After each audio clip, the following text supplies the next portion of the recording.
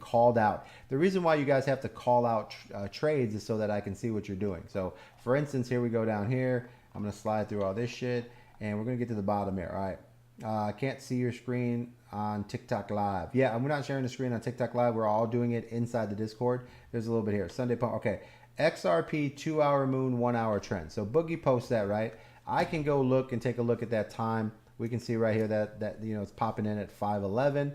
And what do we got? 5:17. So 6 minutes ago. So now we come over here and I can take a look and see if the 2-hour moon is actually hit, which it is. And then I can take a look, and now this moon actually hit at, yeah, about 5 o'clock. So he was, no. This 2-hour moon hit when? 1,300 hours. What's that? 1 o'clock, right?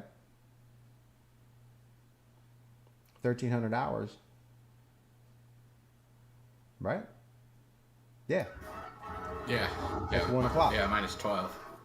Yeah, so that's 1 o'clock. So we had a 2-hour moon at 1 o'clock. So this is kind of a little bit of a late callback, but what we're also waiting for, so when that 2-hour moon hits, right, as soon as that 2-hour moon hits, you guys can take that, get that trade on an early trade. And then what this is going to be is more of a position trade because you're playing the longer trade to see as it moves, right? Now, if you get into this 2-hour move in here, somehow this 2-hour move pops up, you know, we'll go half a candle just to get up in here. You know, that little trade right there produced a nice little, almost a 1% move so far, continued forward. Now, what I like to see is when we see the 2-hour moon, is I like to see the 1-hour trend come with the moon so that I know that everything is already resetted and then starting to make its move, right? So that's where we're going to see right here. We get the 1-hour trend finally hits here. What's the third thing that we need? Positive volume on the 1 hour. That doesn't happen until we get to this next candle and we start to see the volume come in.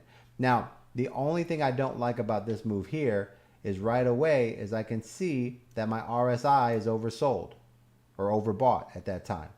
So for me, I'm going to start looking at this current moment right here and say, okay, do I want to get in this trade when I'm already at the tail end, right?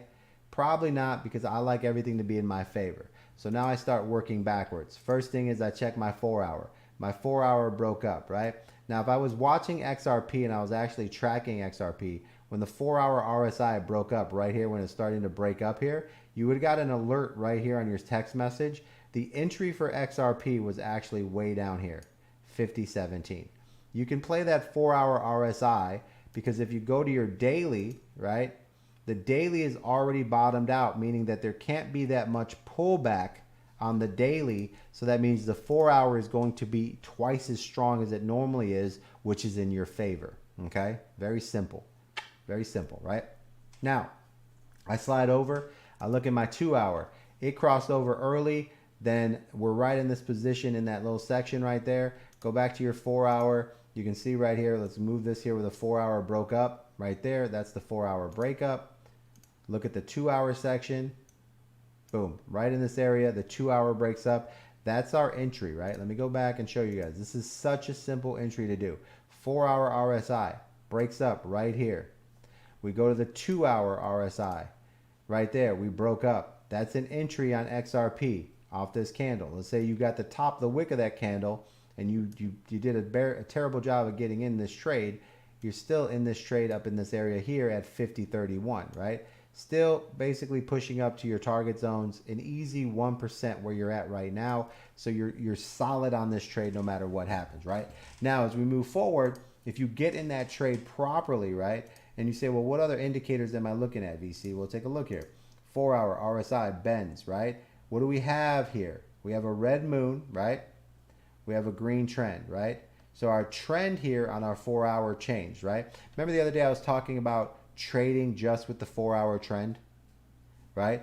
There's this trading with just the 4-hour trend would have put you somewhere in this trade in this zone in here, right? 50-50, right? That's the normal trade zone. That trade alone already basically came in. Here's your trend change. Let's say that you got into a terrible position on this move. Here's your first push up. You got in at the bottom of this body of this candle, and XRP pushed up for you right there. And that is a 1.24% trade, right? What is our goal? A 80x, right? An 80x trade,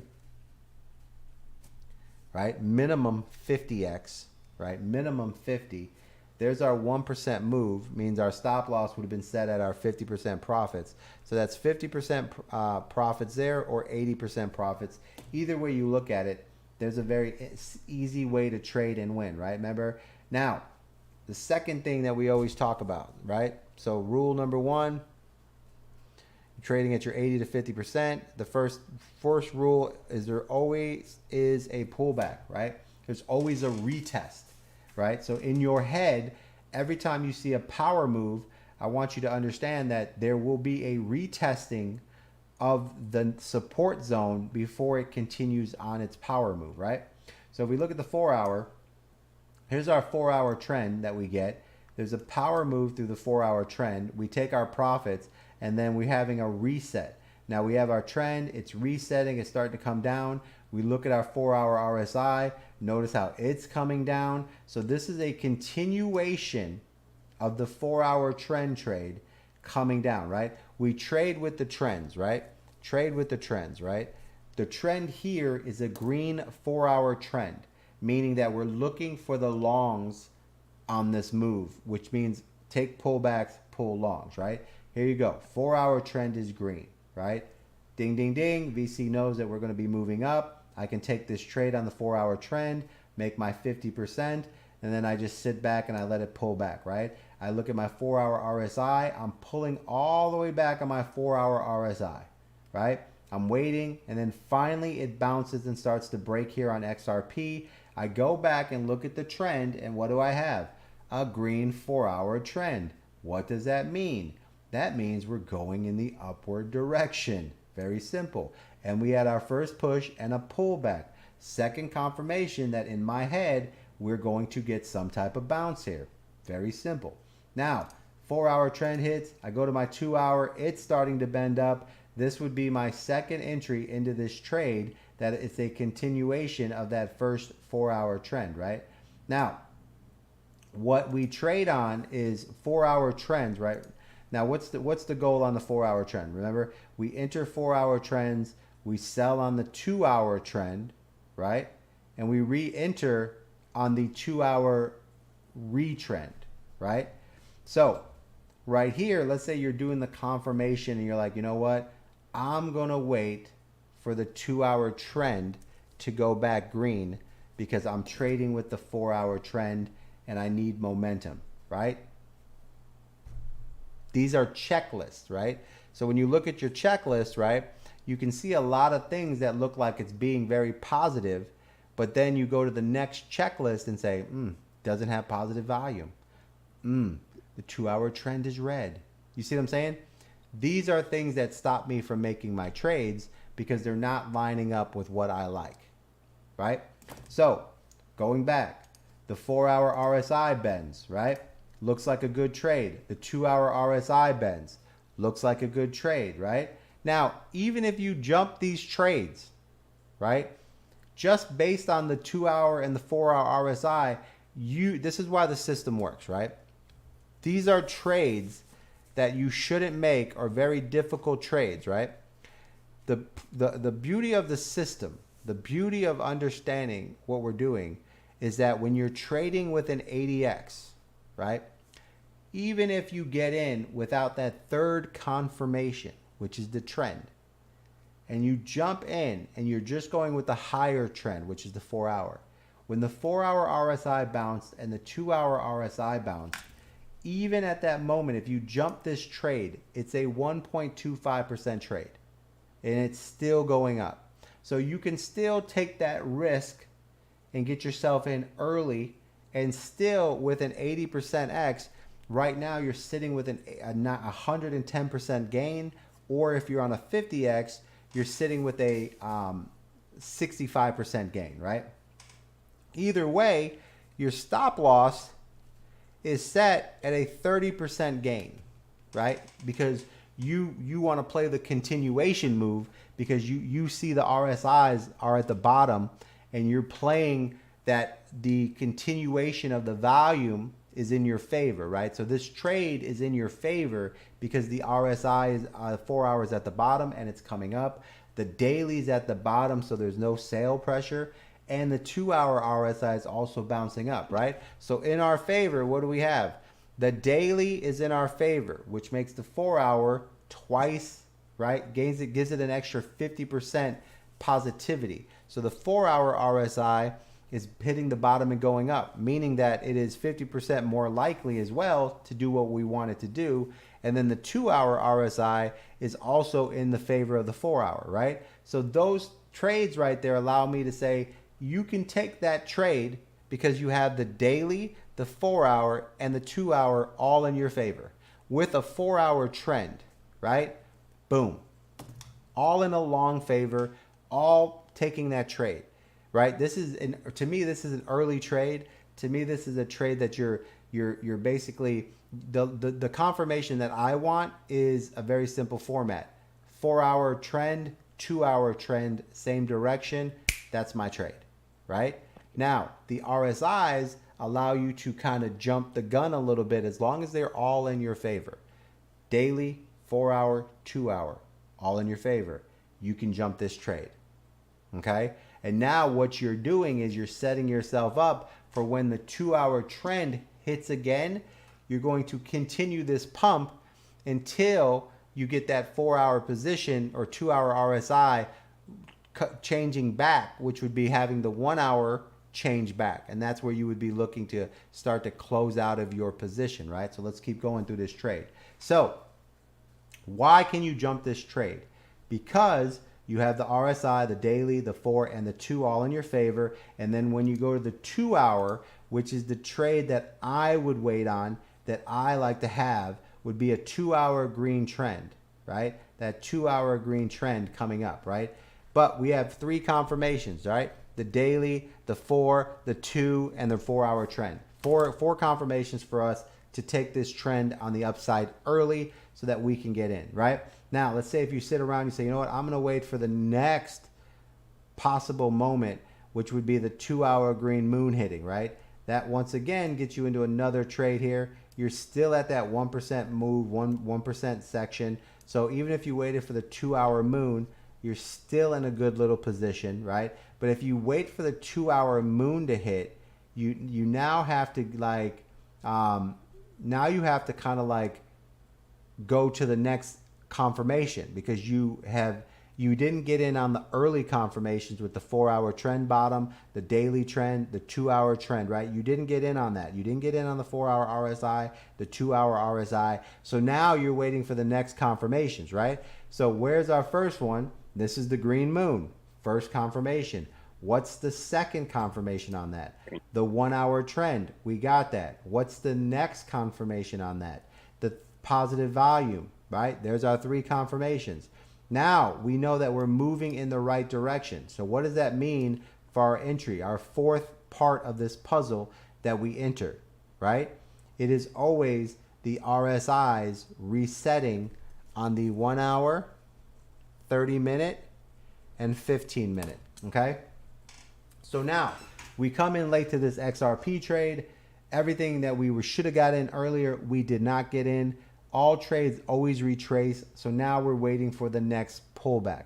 Very simple. So now we come into XRP. We realize that we've missed the early entries, which would have got us into these zones down in here. And now we're kind of on the back tail, which is okay. So now, where do we enter this trade, VC? Well, I have to let all this reset. Doesn't matter to me. I can't enter at 50.78 because it already pumped. And I need this to come back down. Okay, I need it to reset, right? So now what I'm going to do is I look at my 1-hour RSI. It's not in my favor. I'm going to wait for that to reset a little bit. I go to my 30-minute. It's not in my favor.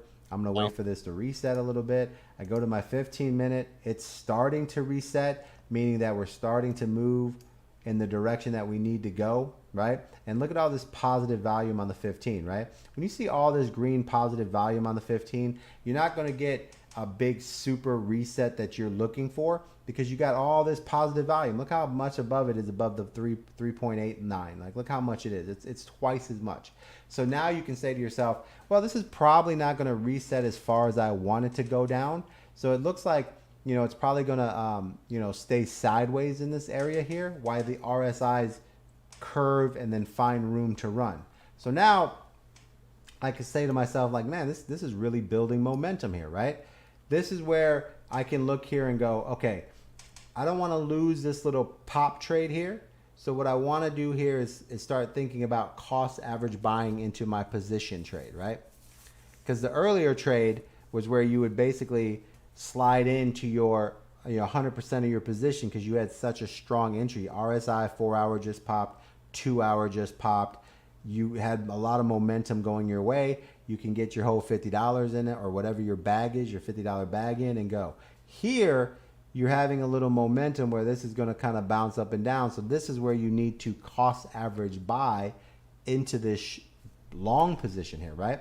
So first thing I would do is I would go to the 5 minute and say, okay, I want to get in here when the 5 minute retest, right? Because that's how we enter, right? 5 minute.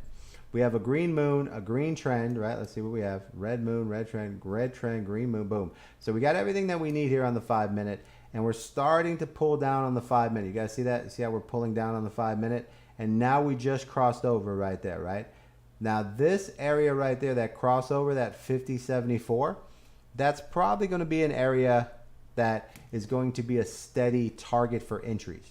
So you can start cost average buying here because you get your 5 minute already pulled back. It bounced right here, which means with all this positive volume, this is probably going to be the area that it keeps bouncing back and forth. So you start cost average buying here at that 574. And then, so I would start off here and I would put 25% of my entry, right? So 25% of my bag, whatever it is, $50 bag, $100 bag, whatever. 25%. Click, there's my entry, 25% entry, right?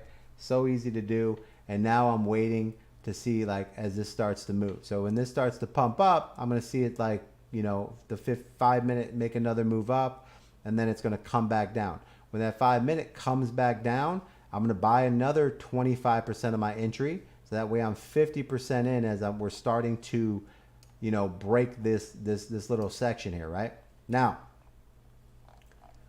I can go back and I can say, all right, so we're above the 200 moving average on the 5 minute. We look good.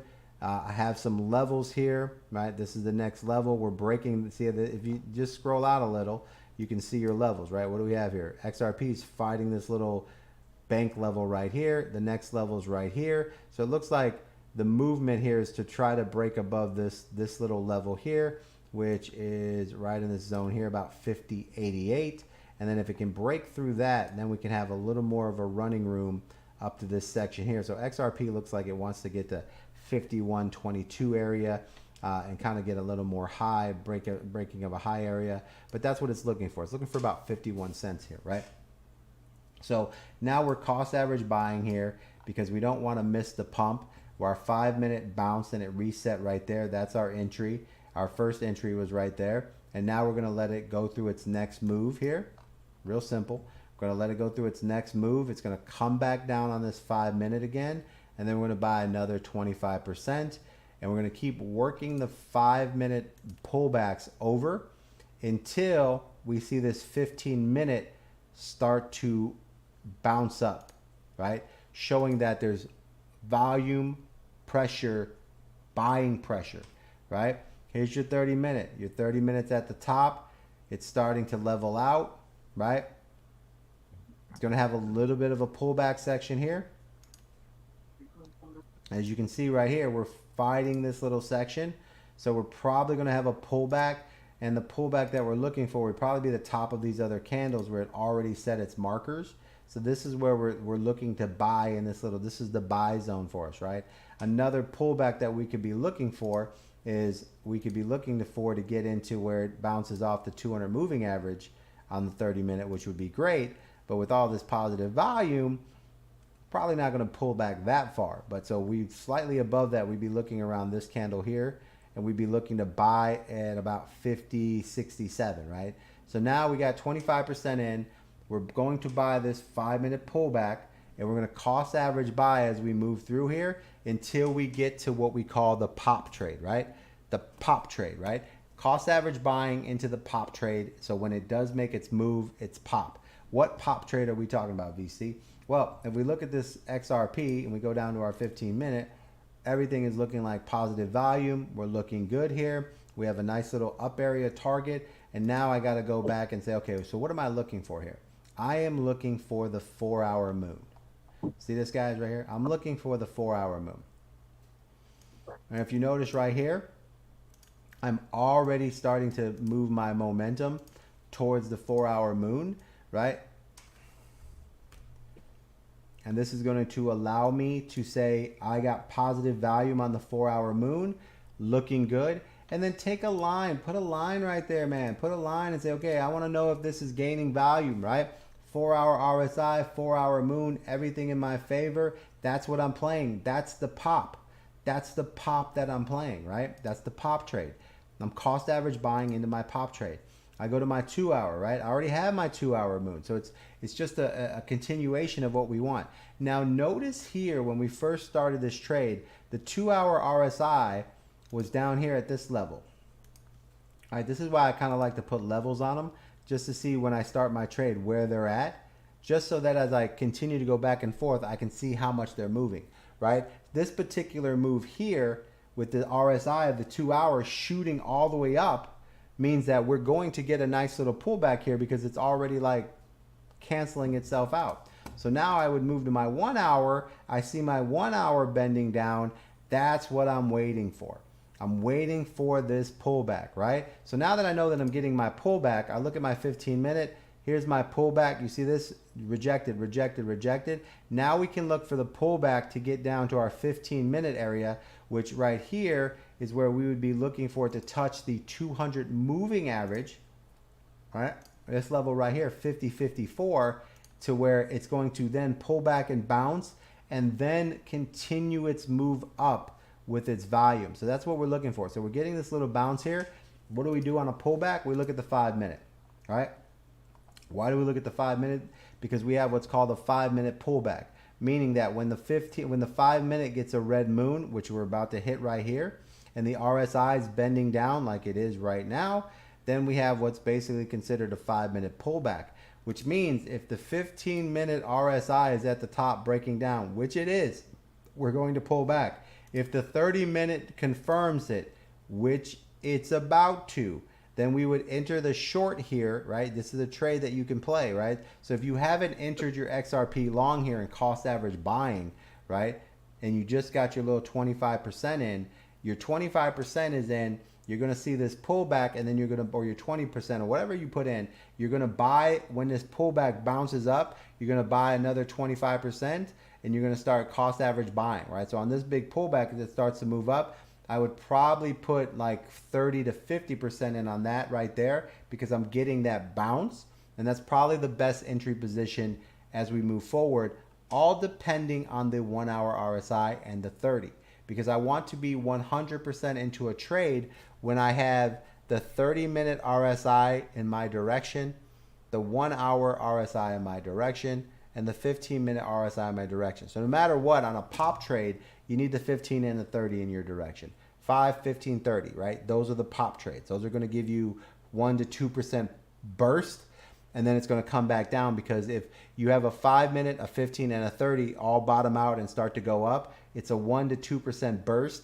And then if the 1 hour is going down, it takes away half of their strength. So when that pop happens, you get that 1% burst, 1.5%, it's going to retrace because the 1 hour is still coming down. The only way it continues is if the 1 hour starts to bend and gives you a push to the upside. So Pops right now is looking and saying, hey, could I enter XRP at a 50.76? I wouldn't enter right here because we're waiting for the confirmation, right? What is our confirmation in the zone? This is a buy zone, cost average buy. Our confirmation is letting the 5-minute pullback play out, right? Does the 5-minute pullback happen? Now, the thing that you want to learn is that if a trade doesn't happen and it keeps going the other way, that means it's stronger than it looks, right? So right here, the 5-minute pullback, notice here on our 5-minute indicators right here, notice how it bounced here and it pushed up. That means it's stronger than it looks, right? So it's fighting off the 5-minute pullback while the 5-minute RSI is continuing to go down. There's a divergence where the RSIs are going down, but the volume is going up. right? That's a divergence when the pull is going down, but the price is still going up, right? So we're going to wait here. Now, if you're cost average buying, remember, if you're position buying here, then yes, you can start buying small percentages here into XRP.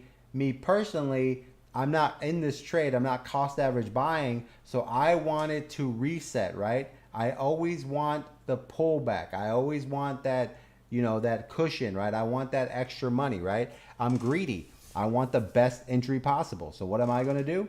I'm going to wait for this entire thing to play out to give me the best possible entry, and then I can go back up. So right here, while it's fighting, I'm just going to wait it out, right?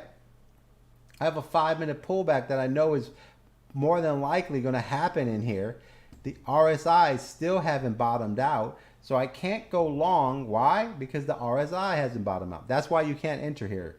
That's why you can't enter here, Pops. You can't enter here because the 5-minute RSI didn't even bottom out. Then if the 5-minute bottoms out, what's the next thing? Right?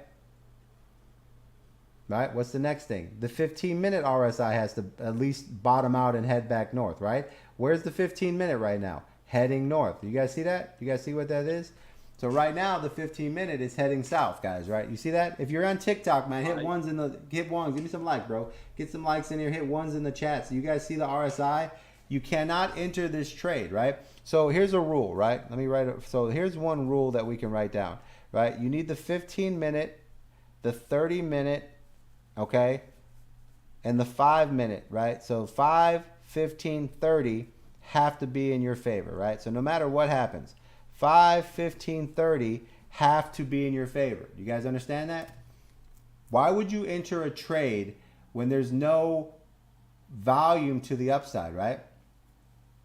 The best thing for you guys is to look at where, as long as your relative strength index is coming down and your volume is going up, that just is letting you know that the long position that you want to enter is even better because it's holding its position during the consolidation, right?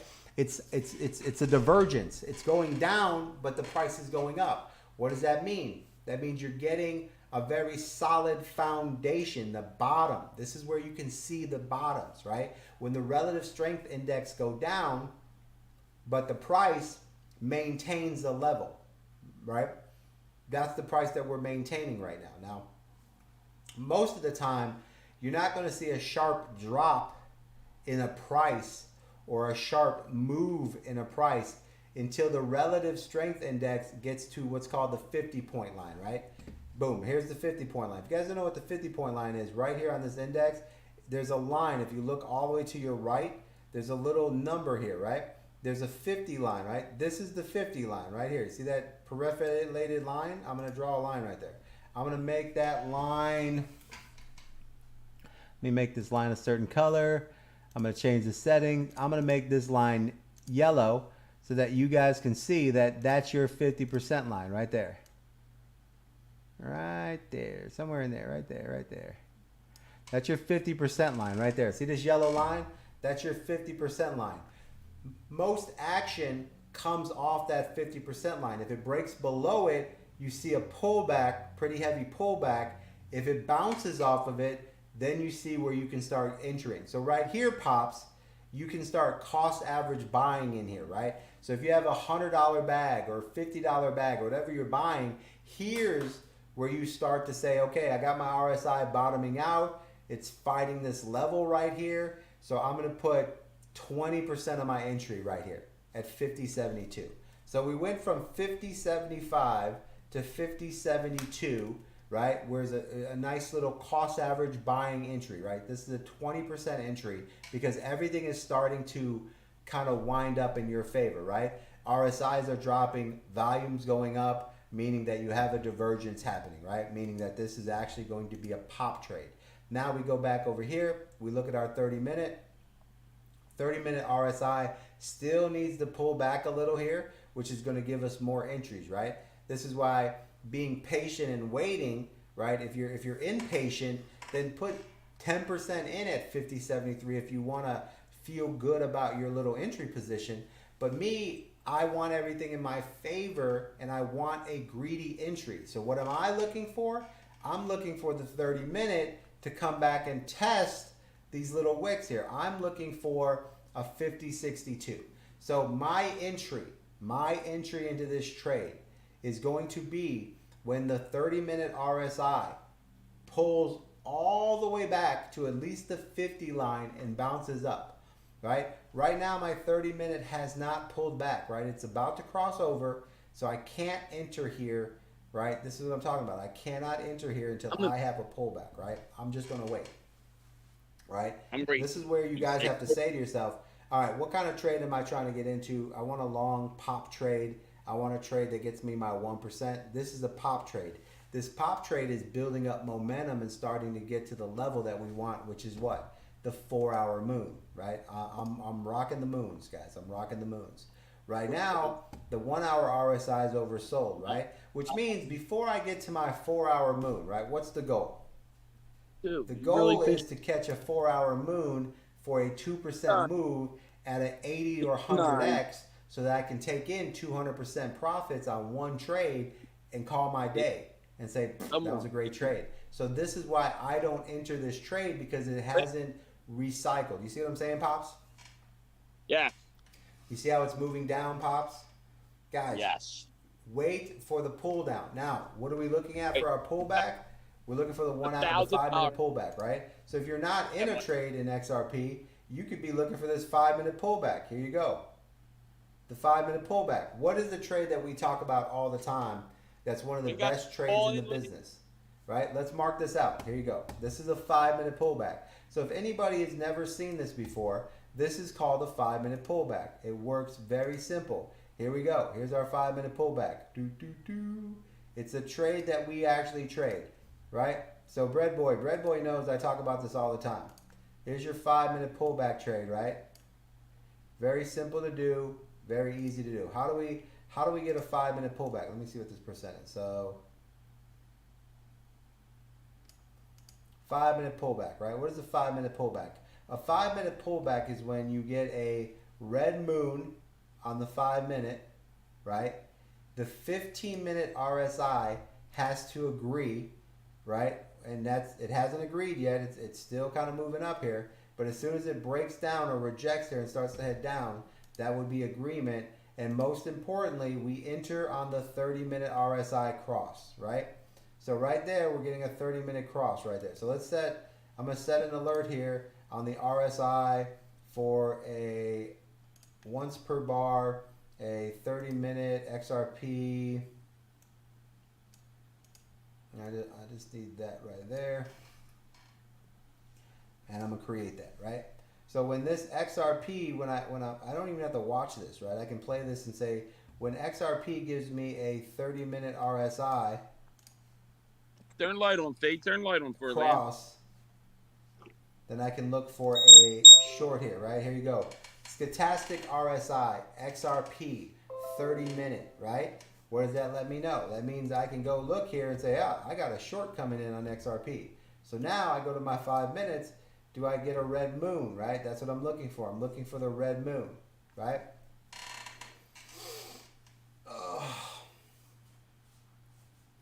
And then we're going to see how far this pulls back. Now, after this pullback, this is where we're looking to get our entries, right? Now, this 5 minute here, this 5 minute RSI, it can bounce here and push up a little bit more and then retrace back down. That's why we trade on higher time frames, because the 5 minute and below, they move up and down very quickly. So that doesn't give you like a full spectrum of a move, right? So next thing that we need to see is the 15 minute continue its way down, which is what we're waiting for, right? So that's what we're waiting for. Now during this time period, we can look at the price and just say, okay, man, this is really holding this price zone right here, right? So far, the lowest price that we've got so far was 550.68, right? And now we're going to break below that. We're looking for it to get, continue to push it downwards so that we can get better entries, right? That's what we're looking for, the better entries. And the best entries are going to come when? When the 15 minute RSI bottoms out and the 30-minute RSI resets, right? The 30-minute has to reset. This is why you cannot enter this trade. Okay? First rule, do not trade against the 30-minute RSI. And you're seeing why right now. You guys see what I'm talking about? Do not trade against the 30-minute RSI. Discord, mute your mic unless you are talking. Guys, if you're in the... I can't hear any of you guys, so if you are talking, I can't hear it. So mute your mic if you guys are in the Discord. So that's kind of like the rule that we live by, right? So we can't trade against the 30-minute RSI. So that's the first thing that I'm looking at. So right now I have my alert set to let me know that we're going to look for an RSI to come down. And then when that recrosses over, remember I have an alert set on the RSI for the XRP. That's going to let me know when it crosses down, and it's going to let me know when it crosses back up, because I'm gonna be looking for like a long on there if I'm thinking like XRP long, right? Which is I'm waiting for the 4-hour moon. That's my trade, right? What's my trade? 4-hour green moon on XRP. That's the trade I want. I can do 100x on that trade. It'll move 1 to 2%, and if it becomes a runner, it could get 6%, right? So I get 6 times my money, my bag in one trade. Oh, motherfucker. So this is what I'm waiting for. And let's just ABC. one time let the fucking sun shine on my motherfucking pal ass. Hey, I got a question for you. Yeah. When you set an alert for your MACD for the green moon, what do you use as your like when you're setting up your alert, and you could pick how you want the trigger to alert you. What do you pick for the MACD for like a green moon or a red moon? Yeah, so as soon as you go in there, it's the big, there's going to be 2 small boxes on top, 1 big box that goes across on the bottom. So 2 small rectangles, 1 long rectangle below them too, right? The bottom long rectangle, the third one, is going to say crossing, okay?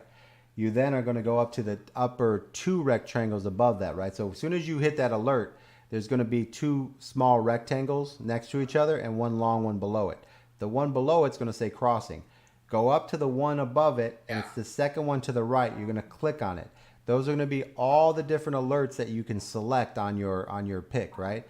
You're going to pick crossing. The one that says like over channel, under channel, crossover. Yes. Okay. So that one I pick crossing, right? Then I go down and I put it on. I let it, for me, if it depends on what you're looking for. So if I'm doing a 4-hour, you can put for every bar, right? If you're doing a 2-hour, you can put for, every bar, because it's only going to really hit one time. And when you log in, remember, all your alerts are on the right side. You have this entire box that says all the alerts, right? So right now I have a 30-minute active. I have an engine alert on 15-minute.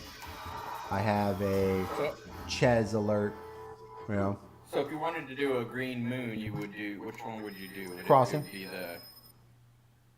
just crossing, but then on the right drop down box, what would you put? Crossing. Yeah, crossing. Over, under. Crossing over.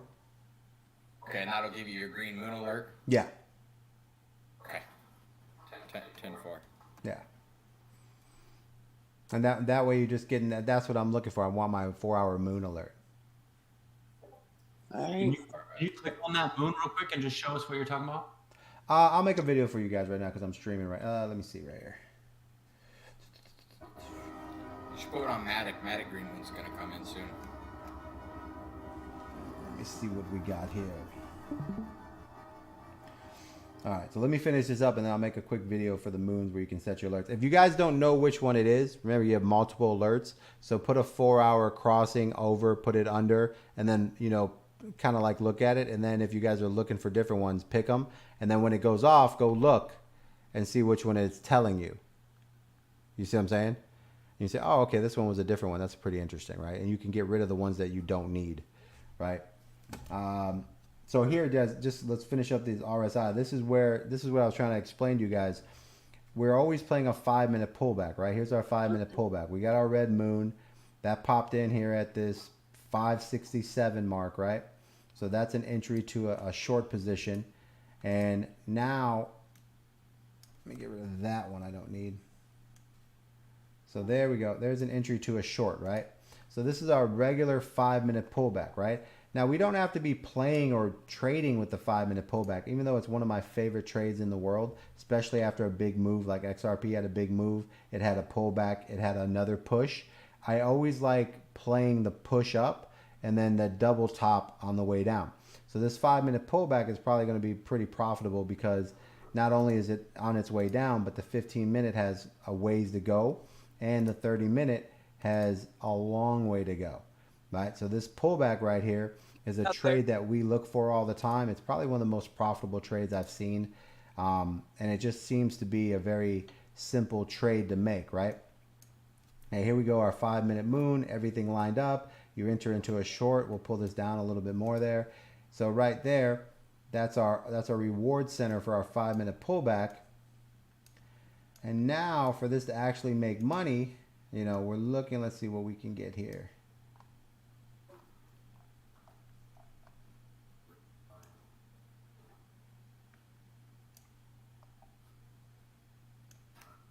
Its pullback would be down to at least the 200 moving average, right? So when I look at that, this is where I decide whether or not I'm going to take the trade, whether or not there's a target worth making money. Here, this 200 moving average is literally only a 0.5% away. So for me, I wouldn't be taking, that's why I'm not talking about this 5-minute pullback as a trade, because it only gives me a 0.5%, which isn't enough for me to consider a trade. I want at least a 1.5% move possibility so I can get half of that, right? So what I'm looking at here is I know the 5-minute pullback is going to happen. So what we're looking for with the everything that we looked earlier, which is the 4-hour trend, the 4-hour RSI, the 2-hour RSI, all being in our favor, we're looking for long positions here, right? So the entry for us would be playing the 5-minute pullback to actually get a better entry price for what we're looking for here, right? So we are getting our RSIs, our pullbacks, everything that we're really looking for is happening. Now we go to the 15-minute, we can see that we're getting our pullback on our 15-minute, still moving down, giving us better entry prices here, right? So if you did jump the gun and you're cost average buying here, right, you're a little more, let's say you make that little bit of a mistake and you got 20% in now, this is where you would be looking at your 30-minute. And remember I was talking about the 30-minute 200 moving average, it touching it and bouncing it earlier. Here we are. We're at our 30-minute 200 moving average, right? This is where you can say, okay, when it touches this 5061, you know, I'm going to set another 20% buy at that level just to buy in a little bit more. So I'm cost averaging my entry price down to this level here, about 5061. That's where I would start another 20% here if you're already in a long trade, to basically 20% here, 20% here. And this might be the reversal that we were talking about where it bounces off there and starts to make its move back up, right? So now you're starting to pay attention to where we're, see how it bounced off this 30-minute moving average right here? Boom, right there. So now you start cost average buying here because you're getting your green candle here, right? So 20% goes in here, 50.64. So your first price that you were digging in was about 50.75, 50.72. You just bought in at 50.63. Now you're 40% in, and your cost average buying has got your price around 50.70. So it's not bad when you're cost averaging, right? So right now it's looking like your basic price is at this level right here, right? Not too bad. You still have a possibility of another continuation of the pullback, waiting on the 15-minute RSI to continue its pullback. The 30-minute still pulling back. We're looking for it to, you know, come in this area around here and then bounce up. And that's when this bounces up, that's when we would put another 20% entry to have where we're at least 60% into our trade and moving in the direction that we want.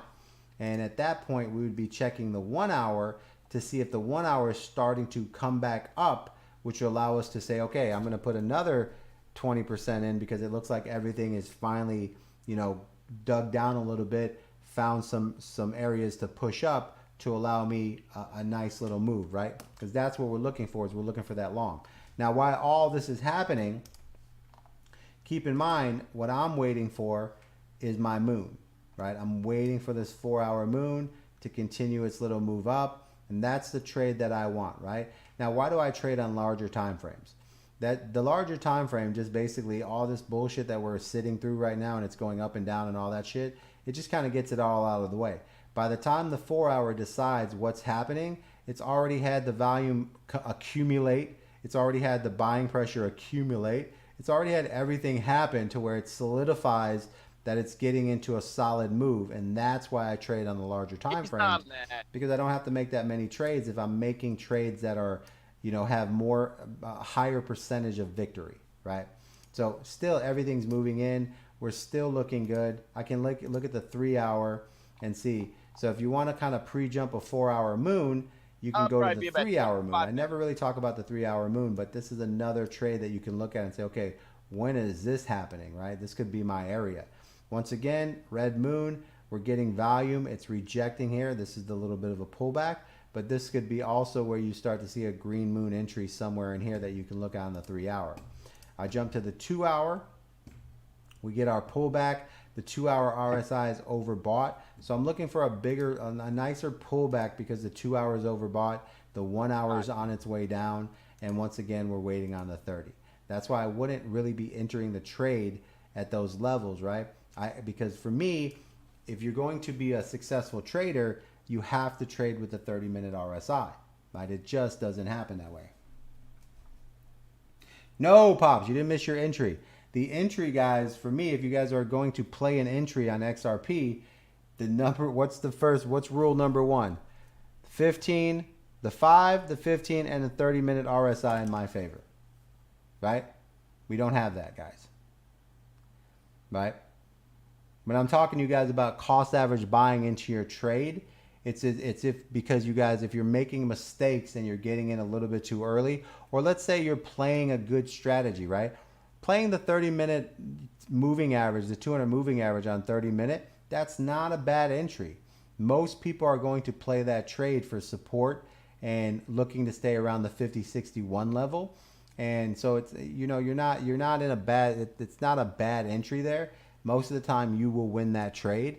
But when you are losing that trade, this is what I'm saying, learn to cost average buy your trades so that while you're making mistakes, you can buy, 10% in the beginning, 20% in the beginning, 15% in the middle. You can start making up and cost averaging your entry price down. So if you are entering too early, you have a strategy to save yourself, from not having the best entry, right? You're buying your way into the trade. And also this way, if you put 10, 15, 20% on your first entry, if it jumps and goes for a crazy pump, and you at least you have some skin in the game, that'll get you some gains. And then when it pulls back, you can you can kind of like enter what you need to enter on the rest to get yourself in the next movement. So that way you're in there. But for me, I'm just super disciplined to where I have to have the RSIs. Like my rule is 30-minute, 15-minute, 5-minute.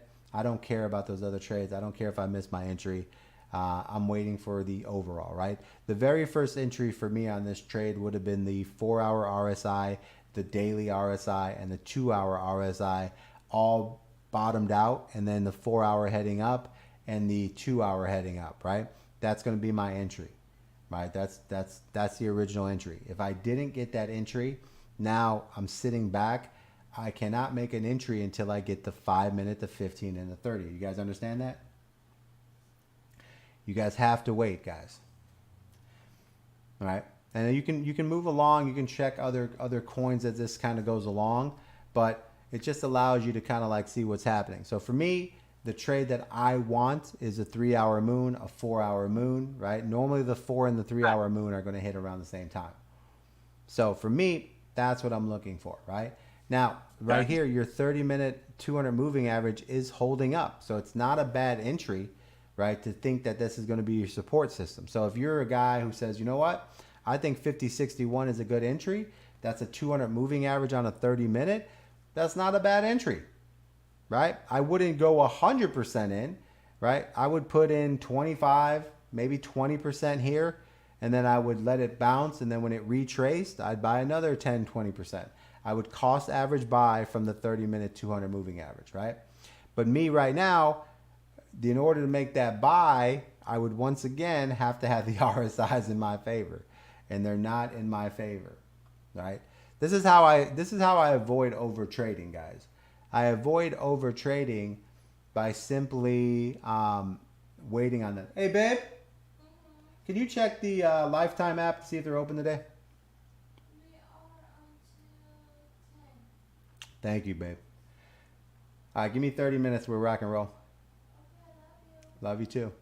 So here, guys, to stop from over trading, guys, I would just basically, rule number 1, 5-minute, 15, and 30-minute RSI have to all be in my favor, period, right? Okay. So if I want to go long on XRP, right? Do you guys know what the RSI is, guys? So if you guys are on TikTok, if you don't know what the RSI, right? You guys know what the RSI is? Do you guys know what we're looking at right here? All right. This is just a relative strength index, right? This is the stochastic RSI. That's the one I use. You guys can use the Connors RSI. You can use really pretty much any little RSI that you would like to use. You just want to have some type of relative strength index, right? So that way you guys at least know. Thanks for the follow, guys. Thanks for the follow. You want to at least know that. So if you want to increase your wins by 50% and your losses by 50%, then trade with your stochastic or your RSI, trade with your relative strength index, right? That's going to increase your trades, increase your sections, right? That's what we're looking for here. Now, we are getting our pullback that we want. Let's go back to our 5-minute to see how far we can pull back. And more than likely, we're going to pull back until we get to this 200 moving average.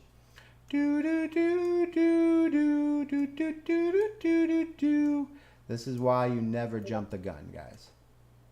So here we go, 5-minute pullback. There we go. We're going to touch our 200 moving average, hopefully. So that right there, 50.41 is probably going to be a super entry right there. But you can't get in this, man, because this is why you have to wait. You guys see why we're waiting? The set on the RSI. So guys, I don't have anything special on my RSI. So if I go to settings, right? Very simple. Let me get into my RSI here. Okay. Settings. All right. Why they're not giving me my RSI?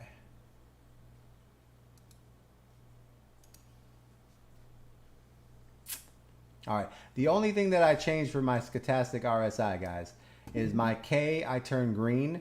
My D, right? My uptrend, my downtrend, right? That's the only thing I trade. My upper band is 80. My middle band, this is all default. The only thing I change is the color. The K I make green. The D I make red. And that's it, right? I don't change any of these other bands. They're pretty accurate the way they are. Input-wise, this all stays the same, right? Now, I haven't messed with any of these. Relative strength index, I'm on 14. Stochastic 14. And that's it, right? Now, I haven't really messed with those. They're very accurate the way they are. So I'm happy with, the way they are is kind of like, I've looked at them so long that I kind of can look at them and be like, okay, Now, I can make some adjustments. I'll probably down the road make adjustments to make them a little bit better. But so far, a default stochastic RSI is not going to be an issue. All right. Very easy, guys. What up, baby? Who we got here, man? Let me take a look here. TikTok-wise, what do we got, man? Woo!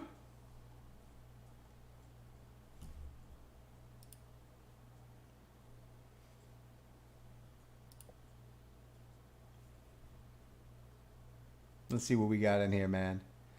I see your guys' comments. I'm just looking there.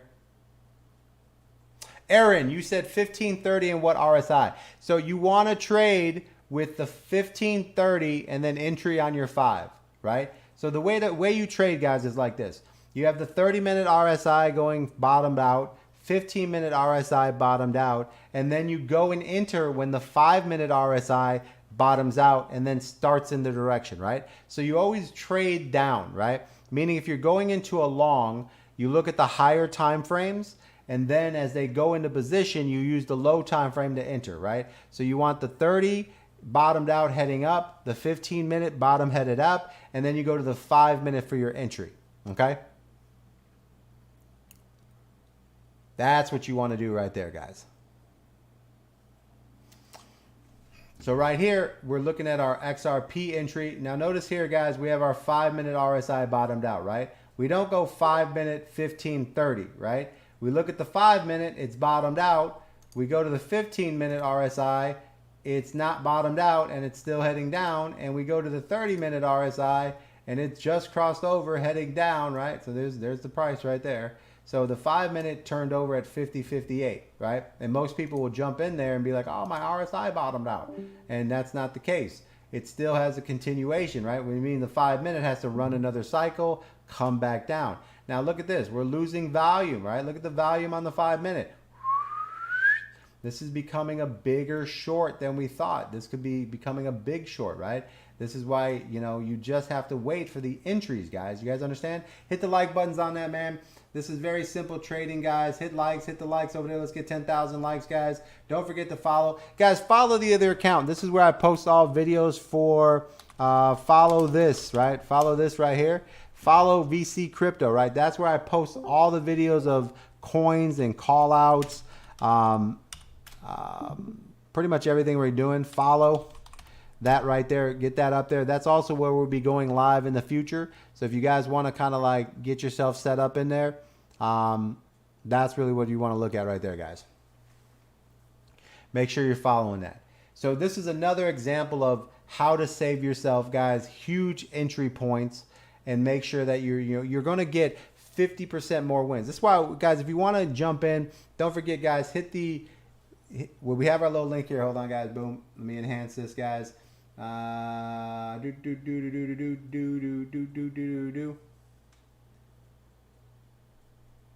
can throw a sticker in there.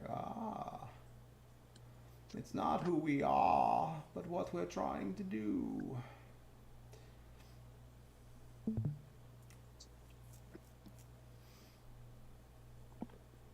It doesn't matter who we are. It only matters what we're doing.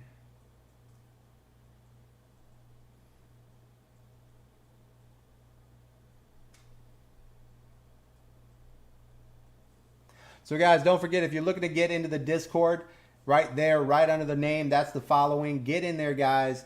Hop in the Discord. You can come hop in, talk to me, go over what you want to say. There's a bunch of good people inside the Discord that basically are just like you, trading. The more eyes you have to make trades, the more trades you're going to be able to find, right? It's not like an uphill battle where it's one man against the world. You want a couple thousand people all looking at certain coins. And then also, if you guys are all, and like, this is how easy to make sense.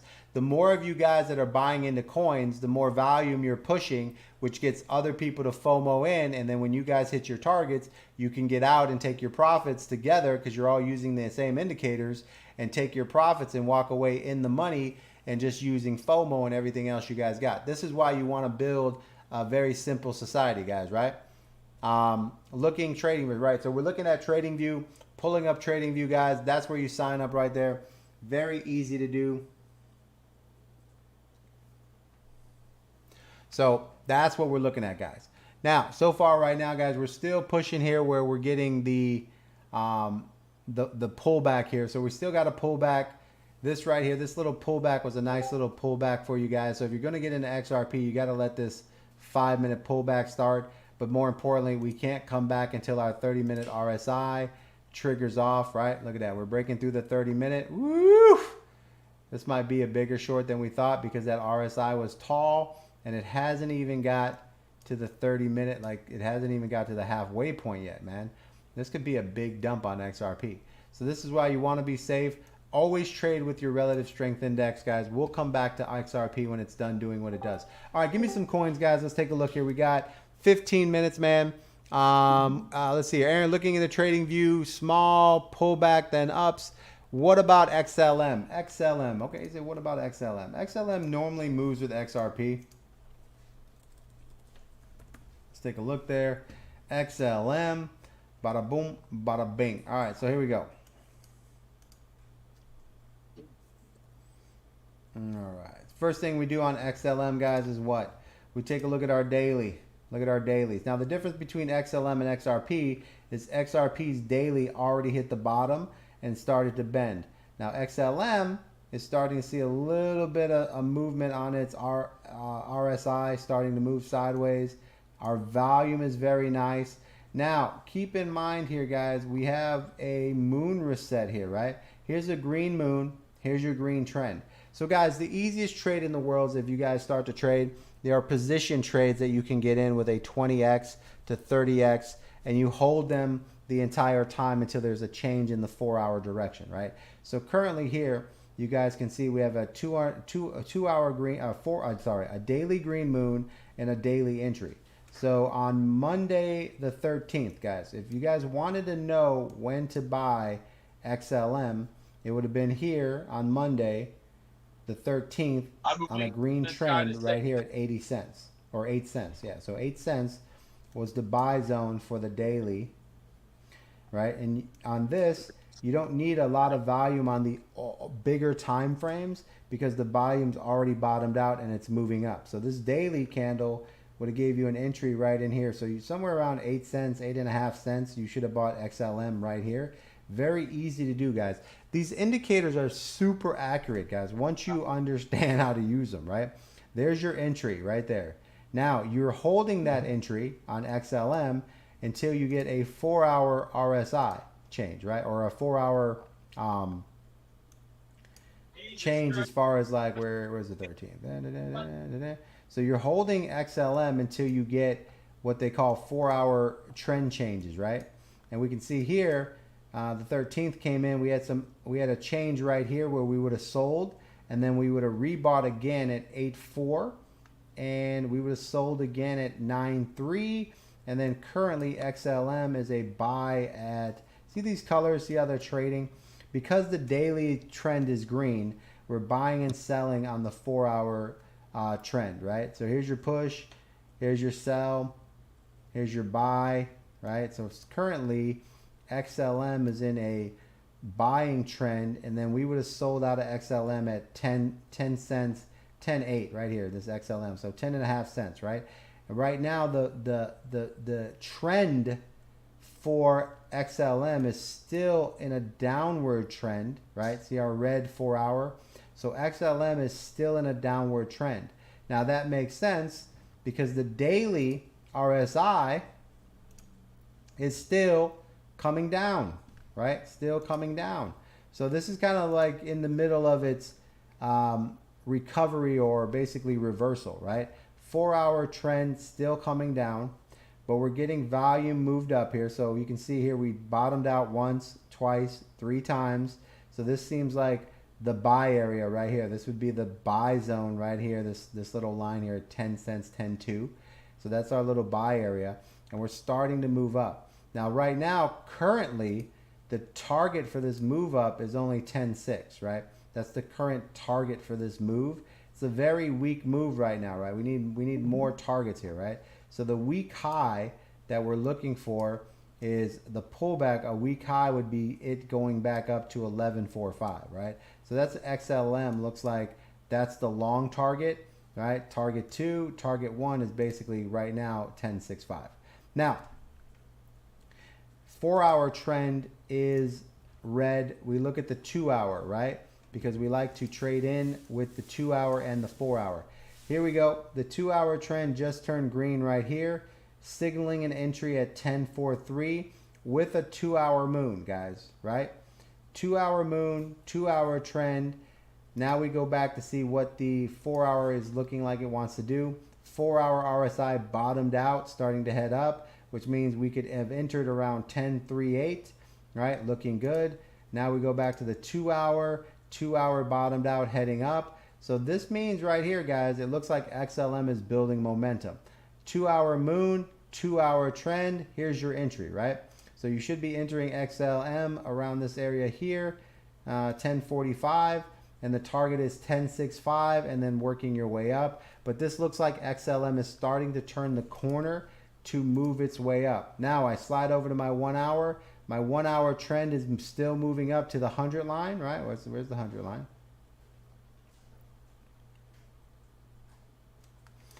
and we create lines at the 100 zone.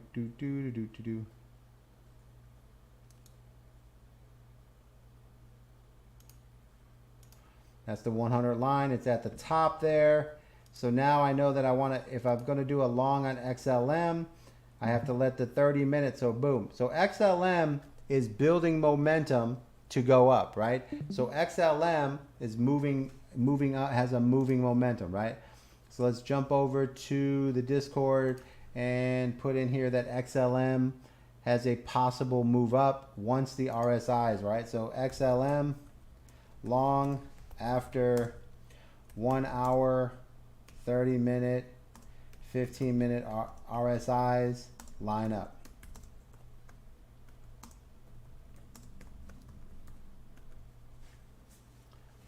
All right, so we can put that in there. There's your XLM. Plus another thing that you're doing here, notice that we're fighting the 200 moving average, right? And these are going to be the targets as we move up, and it's going to get a little bit better on the targets as we start to build volume. These are just targets right now based on how much volume we have. All right, so we're going to put this here. Right, so once again, XLM is a good future trade, but unfortunately right now, we're not in the position of breaking the 200 on the 30, and where our RSI is oversold, and we still need to come down a little bit. Our 15 minute is breaking down. We're sitting on top of the 200, and the 5 minute RSI needs to go through a little bit of work. So no matter what, guys, right off the bat here, I know that I can't get into this long trade because currently I have my 30 minute RSI, and I'm going to put the 30 minute RSI price right here, and I'm going to make that. So that's my current RSI price right there, 10.49, and I'm going to wait for this to actually, you know, come back down and reset itself, right? That's kind of what I'm looking for here. So this is another trade that you can get. You would want to set an alert on here. And the alert would basically be for this RSI to reset, come back down. And then I can go back here and I can see here I have my 2 hour moon, which is great, but the RSI is oversold. My 3 hour moon is working on its way. And finally, I'm going to get into a 4 hour XLM trade, right? So I'm going to put here, look for 4 hour XLM trade, period. There you go. Now, where's the original entry on this VC? Once again, just like XRP, we go back. Where's our 4 hour RSI? Right here. You see that? That's the entry right there. Should have been in this trade at 10.35. Right? Now we got to push. We got to have a pullback. It's got to reset, but 10.35. RSI right here. How important is the RSI? Here's a bounce. Comes up. All right? Here's your little bounce. Bottomed out. Could have got into a trade up here, 10.42. Another bounce, right? Resetting. And this is also like watching resets, right? So for me, I'm looking at my daily. I need the daily to bend up. So I'm not fully convinced on the RSI yet until this daily happens. Now remember earlier on XRP, the daily was at the bottom, and it basically makes the 4 hour RSI twice as strong. This 4 hour RSI had a daily that was up in this area here, still coming down. So when this 4 hour RSI hit right here and it bottomed, you don't really want to jump on that because you still have the daily RSI coming down. So any pump that comes off of this push was going to be weak. So you see the little push, and then the daily continued its big drop down, right? See the difference there? I got to make videos on that because I think you guys don't follow confirmations, right? First confirmation is the daily RSI. It's not fully down. So when the 4 hour RSI hit the bottom and it started to go up, it's half as weak. So you can't take that move at that time. And now let's take another look just so you can understand the breakdown of confirmations. Where is the 2 hour RSI when the 4 hour starts to bounce up? It starts to move up as well. The daily is still moving down, which means you have to allow this to run a course, come back down, and then gather more strength, right? Until that daily starts to change, right? That's the problem, right? Now, the reality is, if you make this trade, right, this is what I'm saying, even if you guys get into the trades following not complete confirmation off the daily and you say, look, I got a 4-hour RSI, I got a 2-hour RSI, I got a 1-hour RSI, does that make me money? Yes, that's the beauty of understanding the system. But what do we always say? Take profits, right? These are pump trades, right? We're looking for 1% moves, 50% gains, get in, get out. Let me show you how it works, right? Guys ready? Here you go. Daily, 4-hour RSI hits right here. You see that? Boom. At that time, you look at the 4-hour, you look at the 2-hour. It is also bottoming out and it's about to move up. And you see that that starts to happen right there. Okay? Now, when that starts to happen, you have the 4-hour, the 2-hour, and the 1-hour is starting to bend up, right? So what do you say? Man, I'm going to jump in here, right? Then you go to the 30-minute for your final confirmation, right? Final fourth confirmation. 4-hour, 2-hour, 1-hour, fourth confirmation, okay? 30-minute trend. We don't trade against the 30-minute.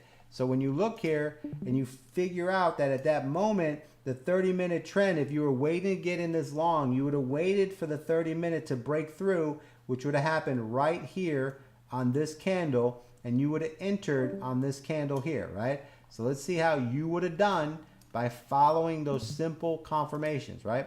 Boom. 4-hour trend. You get on this next candle right there.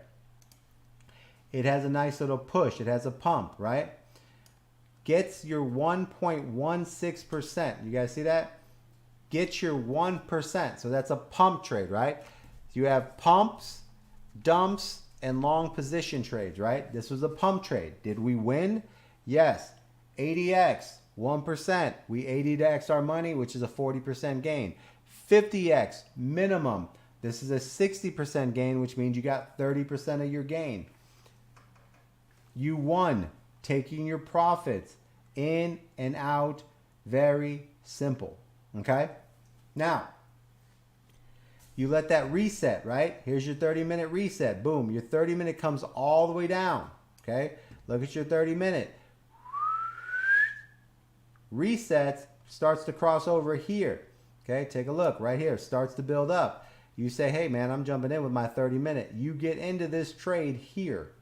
Okay, because you're thinking 30-minute runs. Let's go back, take a look at our 1-hour.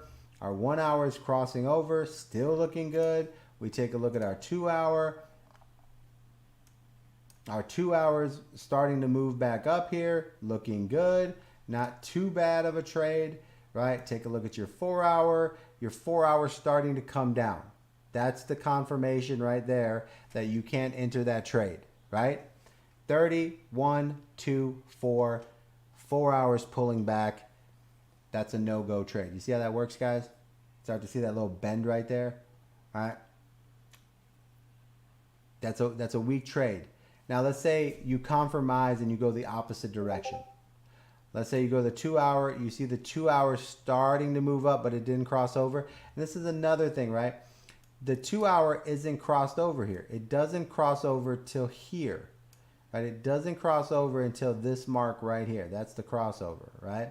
Now, if you wait for the 2-hour to cross over, you go to the 4-hour, you can still see that you're still kind of moving in a downward trend. So let's say you go the other direction, right? 2-hour starts to cross over. You're feeling good. It would be somewhere in between this trade here. You go to the 1-hour. At that time, the 1-hour is kind of going flat. It's still above, so you're like, you know what, I'm going to take this chance. You go to the 30-minute. The 30 minutes right here pushing up. You have room to run. You go to the 15-minute, right? Your final confirmation, right? Let me show you how it saves your life again, right? You ready? 15-minute, where is it? Fully overbought, right? So you need 4 confirmations, right? You need 4 confirmations. Pop trades, 15, 30, and then the 5 entry. The 15 here is overbought. The 30 has room to run, right? The 15 is overbought, so that negates the trade. And then when you look at the overall, you slide in here, you can't get in that trade anyways, because why? When you go to the 5-minute to get in the trade, where's the 5-minute RSI? completely overbought. So once again, you're not getting in that trade. Yeah, see how that worked? It looked like a good trade. You got excited. You started going through your processes, right? So 30 minute, 1 hour, 2 hour, oops, 4 hour doesn't look that strong, but you know what? I'm gonna take a pop trade. Then I do what? 1 hour, 30 minute, 15 minute, oops, 15 minutes overbought. But can I still get in? Go to the 5 minute. 5 minutes says no. That's simple. You guys understand? See how that worked? You guys see how that worked? If you're in TikTok, man, hit once, man. Do you guys see how that worked, guys? You enter with the 5 minutes, right? So you need the 30. So you need the 1 hour, the 30, the 15, and the 5 minute has to all agree. You enter on the 5 minute. You guys see what I'm saying? You guys understand what I'm saying? Right? You don't want to take risk. Right? You want perfect entries with the best possible outcomes, right? So all these trades came in and said, hey, don't take this trade. Now the beauty of this is, right? Let me show you the beauty, right? This is disciplined trading. It all said don't do it, right? So let's go back and say that you are halfway a good student, right? You see the 1 hour, let's go back, and we're going to work back through this, right? So let's say you're a halfway good student, right? This is why I say when you guys are in the academy, if you guys are at least doing half of what you're supposed to do, right? And you go to your 2 hour and you see that you have a 2 hour break here, right? You see this little 2 hour break and you're like, you know what? I'm gonna look at this trade. And then you go to your 1 hour and you see the 1 hour is above the line and you say, you know what? This looks okay.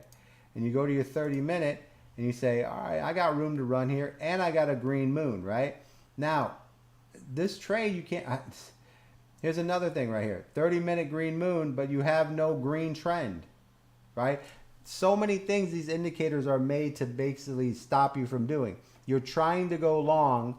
You have a green moon, but you don't have a green trend. And you say, okay, let me go to the 15 minute. Let me get a 15 minute green moon and a green trend. 15 minute green moon, and you pop a green trend right there, right? So you get excited. You start to see that you're already there. But that trend already hit, so you're in a late trade here, right? So you say to yourself, all right, man, I'm going to make a trade that VC wouldn't make here, but I'm going to see how I do. So just off trading off the basics, you get yourself in this position here, right? This is where you guys get into trouble, right? It's a 0.5% move right there, right? That's a loss, right? That's a loss. It's just a loss, right? So as we start to go through the process of a long here, everything has to line up, guys. It just has to line up. So as we go through there, we can see that, all right, well, let me go back and rethink what I'm doing here. I go back to my 4 hour. I'm going to wait for my 4 hour to re-break through, which happened right here, right? There's a solid breakthrough right in this zone here. That's really nice. I go to my 2 hour. My 2 hour is solidly bending up. That's a beautiful move. I go to my 1 hour. That's solidly moving up. I go to my 30 minute. My 30 minute still moving up. I go to my 15 minute. My 15 minute oversold, so I can wait. Right? I can wait for this trade. I go to my 5 minute. Right? My 5 minute RSI at that time oversold, so I can wait. So I let the 5 minute play out, right? So go to your 5 minute, let your 5 minute play out. It comes down, and now the 5 minute is giving you an entry off this area here, okay? Now you go back and you say, all right, what's my 15 look like? 15 minute bounce down, it's starting to move up, looking half decent. You start to get excited because you want to make a trade. You go to your 30, it's still pushing up. It's on the upper half here. It's still, you know, on the overbought section, right? And what I'm trying to teach you guys is that the trades are there.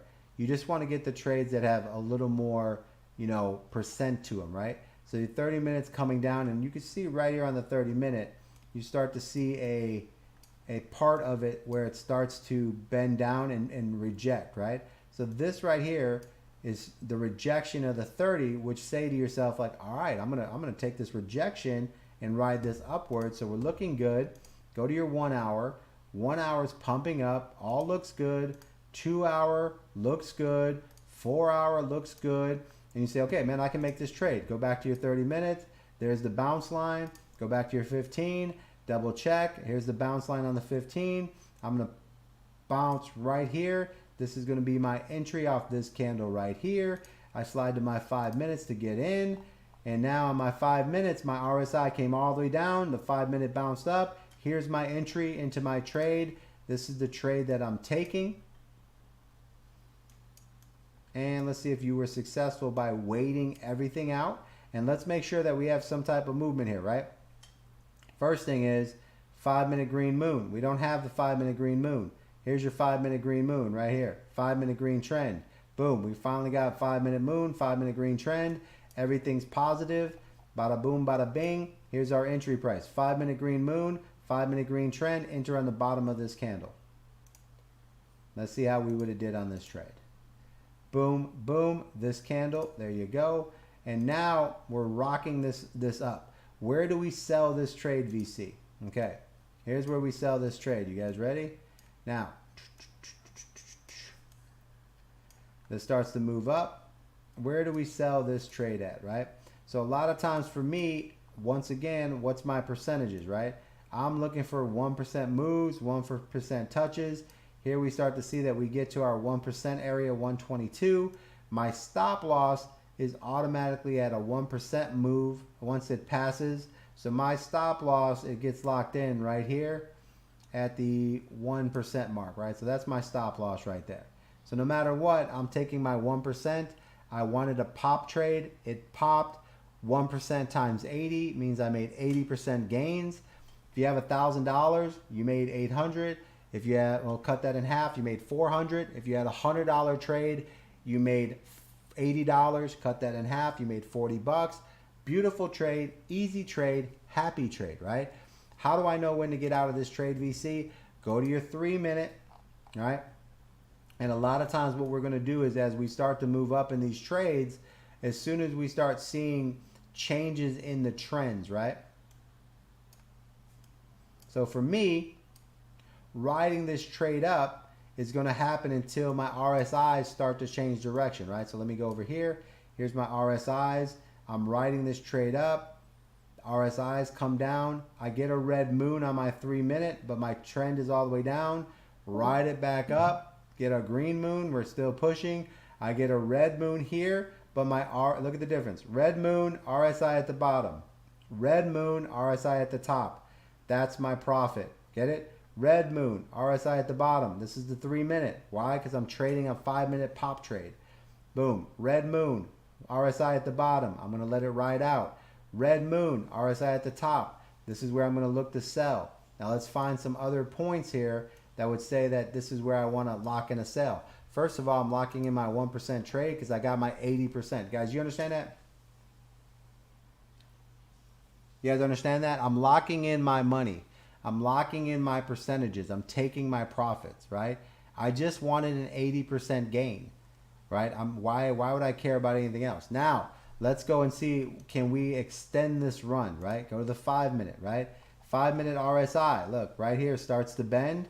5 minute moon, right? Boom. Here's your 5 minute moon right here. 5 minute pullback moon happens right here, right? Now, go to your 15 minute RSI. Where's your 15 minute RSI when that happens? 15 minute RSI starts to bend down. This is what we call the 5 minute pullback, right? So we're going to get out of this trade anyways because we have a 5 minute pullback coming and we have no idea how much that's going to pull back, but we can re-enter after the pullback with another green moon, green trend and get in on the next move. But right here, 5 minute RSIs, 15 minute RSIs bending, 30 minute RSIs bending. I'm out of this trade. Get it? 5 minute RSIs bending. Okay? 5 minute RSI bends right there. Boom. I'm closing my trade. 15 minute RSI overbought. Closing my trade.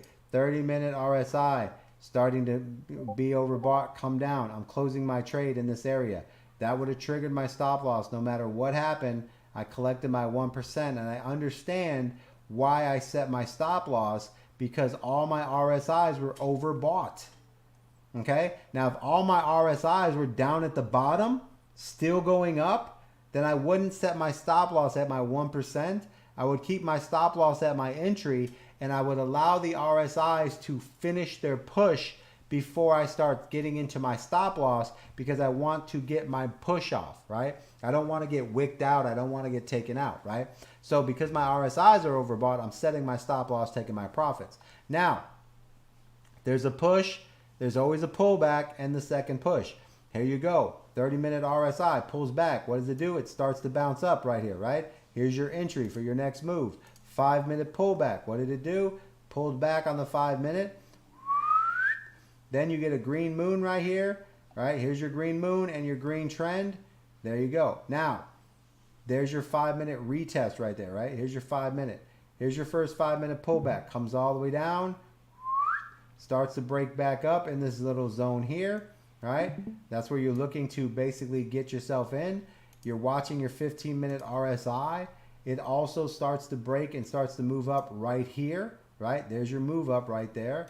30-minute RSI is already bounced and starting to move up. So then we go to our 5-minute RSI, which is already broke and starting to move up. And then as it's moving up, what are we looking for? A green moon, green trend.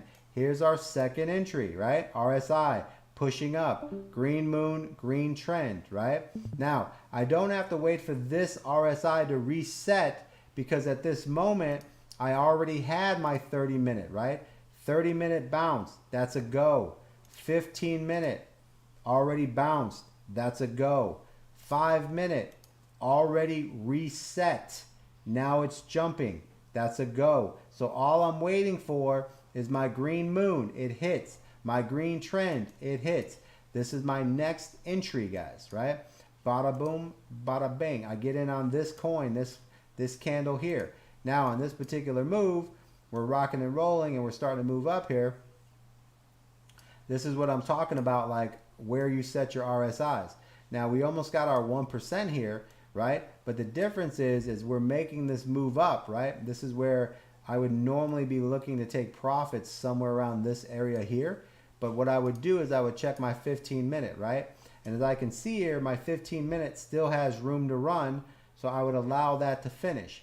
Then I would move to my 30-minute, and my 30-minute is still moving up, so I would allow that to finish. So where do I set my stop loss? Right here, when my 30-minute starts to cross over again, and my 15-minute crosses over again, right in this little zone here, this is where I would start setting my stop loss. And my 5-minute RSI is on its way down, and it looks to like it wants to reset, right? So right here is where I would be looking at this level here, which would give me this amount right here, 0.6. This is where I would be like, all right, these are resetting here. This is where I need to set my stop loss.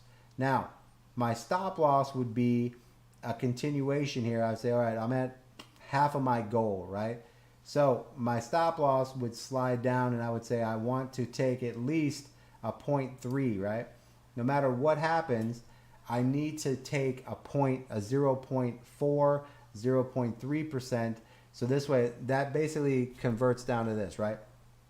So if you're doing an ADX, right, and you're taking 1/3 of that, right? So that would be, with that 30, so 27%, roughly around 27%. If you're doing a 50x and you're taking your 1/3, that converts to roughly 17%, right? So no matter what happens, if this trade fails and it triggers a 17% to a 27% trade, I break even on that trade, right? You make like 5%, but that's no money. So that right there is where now I'm letting the RSIs reset. I'm setting my stop loss, and I'm saying, okay, I'm gonna see where this goes.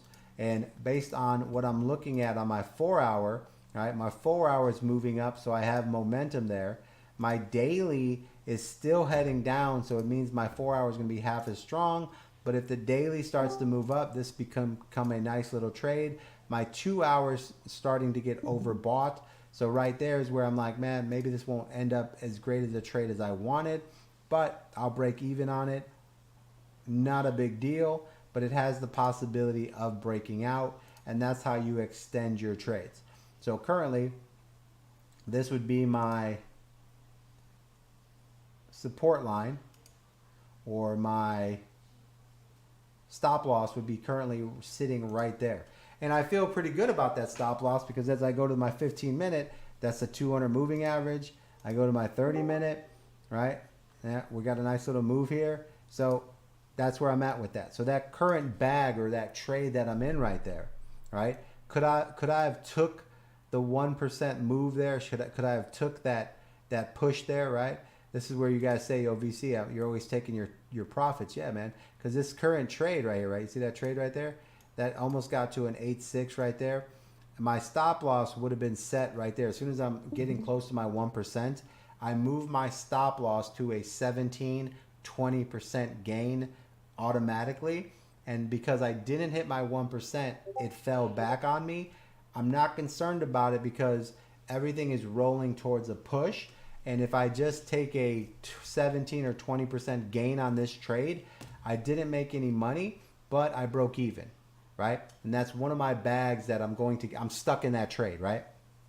So while that trade figures out what it wants to do, I can take another bag and find me a pop trade that I can make money while XLM figures out what it's going to do. That makes sense to you guys?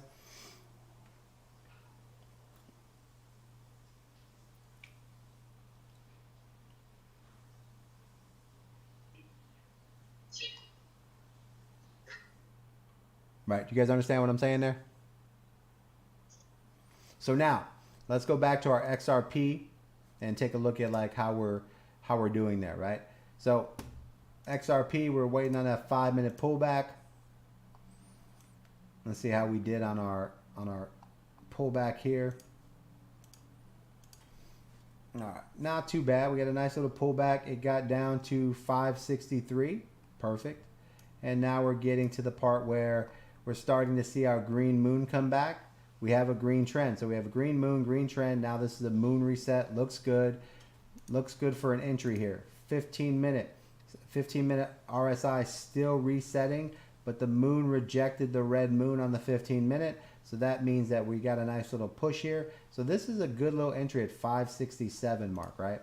Let's take a look at our 30 minute still pulling back. Oh, I'm on mask. I'm like, what does that look like that?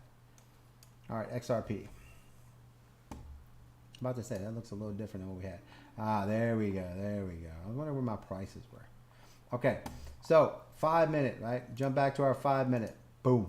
Our 5 minute pullback, it's going to be touching its 200 moving average, which is what we were expecting to happen. And our RSI is bottomed out. So this is still pulling back. So this is still giving good entry positions. 15 minute RSI just bottomed out. So it looks like we're going to be ending our pullback around here as long as the 30 minute is finishing up as well. 30 minute has a long way to go here to the half mark. So this could end up being a very huge short here, guys. Right? This could be even a bigger short. Now, I didn't take this 5 minute pullback because the gains on it was only 0.5%, right? So if you go back and listen, I didn't take this XRP short because the 5 minute moving average was only a 0.5% move. And then, you know, the other percents, it just wasn't, I wasn't feeling like I would get a real good return on that, which is okay. I'm not mad that I missed this trade, but that's why I'm trying to tell you that the 5 minute pullback, if you guys played the 5 minute pullback, right? Even if it looking at a 0.5% return, right? If you guys make that trade 10 times and you just follow those simple rules of the 5 minute pullback, 7 out of those 10 times are going to deliver 1% to 3% gains. And the other, you know, 5, let's say you just get your 0.5% gains, right? And you're doing an ADX anyways, right? It's still 40% gains, right? You just really can't lose on the 5 minute pullback. It's one of the strongest trades that I try to tell you guys about all the time. I mean, I put a comment the other day and I said, man, if you guys only did 5 minute pullbacks, you guys would double your money twice a week. And it's playing out again. Right? So pay attention to those simple trades, right? So the trades that we want, guys, pop trades. You see, I got to go ahead. So when you find the higher time frame moons and trends, like the 2 hours and the 1 hours, I mean 4 hours obviously are stronger, but the 2 hours and the 1 hours, doesn't that mean the 30, 15, and 5 has already happened? So to see, whenever you see those higher time frame indicators kick in, and you almost always have to wait for a reset of the RSIs, because the RSIs, for them to get there, to make those moons and trends, means it already happened, right? Exactly. But see, so like when you say it right, half the time you'll catch them before it pops and you'll get that first pop, right? But you really always want to play the confirmation, which is, remember I always say, you see a move up, you're going to see the pullback, and then you get the next move, right? Right. When you're waiting for everything to hit and it all hits, your job is to look at it and go, okay, I'm going to grab this pullback, right? That's why I say play the 5-minute pullback. You never know how big it's going to be. Then after the forward is so much juicier, like always. What is it? Like, all right, so I'm kind of long, and then I'm like, all right, this is going to be long, and then it's like, as I watch the pullback, I'm like, why didn't I just anticipate the pullback and play the pullback? I would have made more money in the 3 hours I was looking at the long for. You know what I mean? Yes. Yeah, I like them pullback. That's what that's what I'm saying. I think that's what I was trying to say. Like, I think we talk about so many trades that a lot of times, people miss. Like, you have to simplify this, right? I like a trade that's going to be a pop trade, right? That's why I like the 4-hour. I like the drop trade because that's going to be the 5-minute pullback, right? Those are the two trades that I wait on, right? Because those are going to give me the higher percentage of wins versus fighting with all the other, 100,000 people that are in one trade, right? I'm always like, what do I say to you guys? I love a red market. It is easier to catch selling than it is buying, because people panic sell more than they panic buy. There's more panic selling than there is FOMO buying. I love the red. I love to short. You know what I mean? I love the pullback, the 5-minute pullback. Like, you've seen the comment I put last week, guys. If you were only playing the 5-minute pullback, you would be winning so much money, right? So to me, it's like simplifying these trades, right? So the trades that I'm trying to get into, right, that I'm gonna just, it's a, there's so many trades that you can make out there. So many ways you can trade. I think that's kind of the problem is there's 100 different ways to make good trades, 1,000 different ways, right? And there's all types of trades that people like to take, right? For me, the confirmation, I don't want to make a lot of trades. I just want to make the higher percent trades, right? So for me, it's the pop trade, the drop trade, and the long position trade, right?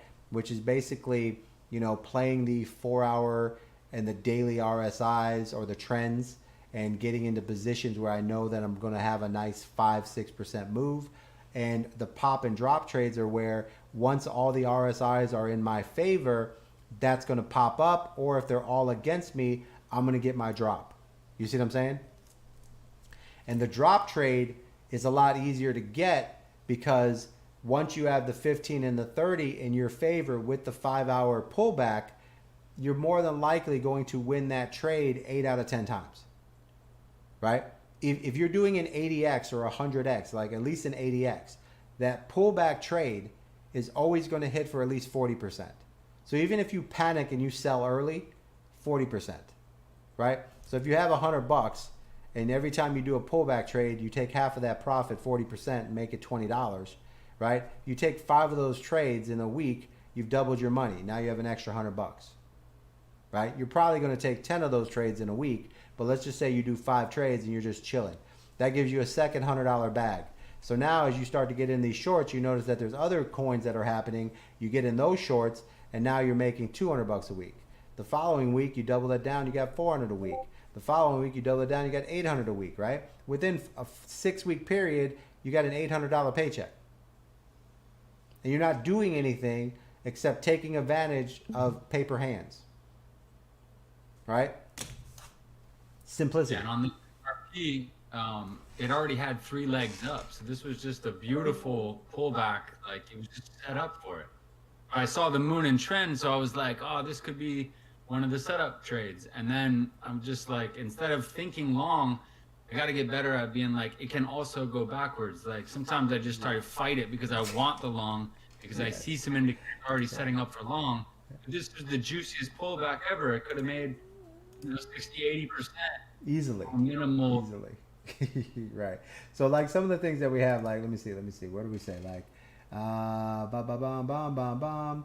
And I need to post more. Like, so what I'm gonna do here is we're gonna get more active here, and we're going to, just kind of like, that's why also when people are posting, we can kind of like see that this is why I need to post these more, right? So here, I don't post these enough, right? All trades go both ways. If the trading, if you're trying to go long but it rejects, then look for it to become a short, right? So this is what I want to do, is start getting to where I'm posting these reminders for you, like literally hourly, so that you're always in your own head going, yeah, if it's trying to go long and it refuses. The $300 membership. Yeah, so the indicators are yours for life, guys. The indicators are yours for life when you sign up. So these are the reminders that I want to post, but I don't. Go ahead, Bread Boy. You got to put a little asterisk with that trade. Don't trade a coin that you're a bag holder, because you'll always want it to go up, and you'll always think the indicators are in your favor. You know what I mean? I got to stop trading XRP on the daily. Well, I mean, yeah, no, but see, if you're a bag holder, this is what you want to do. You want to accumulate. You know what I mean? You want to start getting yourself. Yeah, and I know it because you always. I mean, when you fall in love with a coin, there's nothing wrong with XRP. And when you guys fall in love with a coin, you're like, man, I can't wait for it to go to $5, right? And you're always waiting for that moment because you always want it to do what it's supposed to do. But you also have to realize, like, that we're moving through that time frame of getting there, right? And that's kind of where we're really putting ourselves in there. But that's what I have to start doing, is put those reminders up a little bit more of, like, remember, all trades go both ways. And that's what you have to kind of put in your head, right? If you're looking for a trade to do something, and remember the RSIs, you could be looking for a trade to go away, but notice how that 2 hour, remember I was talking about XRP, how the 2 hour RSI jumped up on us? Like, I was like, man, look how much that RSI moved up on us. Like, that was a big movement up, meaning that that's a lot of volume that's not there. The RSIs, the relative strength index, is telling you that it's losing a lot of strength, right? That's why you have to also, look where you put your levels, right? Looking at those levels going, man, this is getting weaker. This actually is a continuation of a short, because here you go, as we're waiting for this 5-minute pullback, what's happening? This thing is becoming a massive short. Now we got here, we're about to get a 30-minute red moon. Now, this ain't even done yet. And that 30-minute RSI still has all this way to go. Like, this is still a short. Like, this is still pulling back. Yeah, this thing is still pulling back. And your 2 hour RSI is about to get to the top. It's about to get overbought right here in the next hour and a half. So now you start looking around and you take a look at the 4 hour, and you got to say, look at that 4 hour jump right there. Look at that. You just seen that live jump. That 4 hour just jumped 1/4 of an inch, right? And it's going sideways. It's not even pushing straight up anymore. It's starting to lean, right? So we're working our way quickly here to a big ass short, right? That's what's happening as we start to move along here. See the 3 hour RSI starting to slightly bend. Now, to me, I think XRP over the next, when this all finishes out, I'm still looking for that 4 hour moon. You know what I mean? Because I look at my 2 hour, I still have my green moon. I'm still looking for my 4 hour green moon. So when this madness all comes back down to where it's supposed to be, I'm going to be looking for XRP to kind of like move it short. Now remember earlier we were talking about the RSIs, right? Or the trends, right? We have a 4 hour green trend, but you can't go long on XRP heavy. This is kind of where, when you're a bag holder, right? You should be playing these trends, right? So when you go to your 4 hour trend, right? This is where you're going to be trading long, right? So you have a green trend here, right? Did that go red? Hold on, let me see this here. Let's make sure. Okay, yeah, just make sure. It's like, yo, that's about to really dump. All right, so so you have a 4 hour green trend here, right? That means you're in a long trend phase. You as a bag holder, you should be going to your 2 hour trends, right? You see these?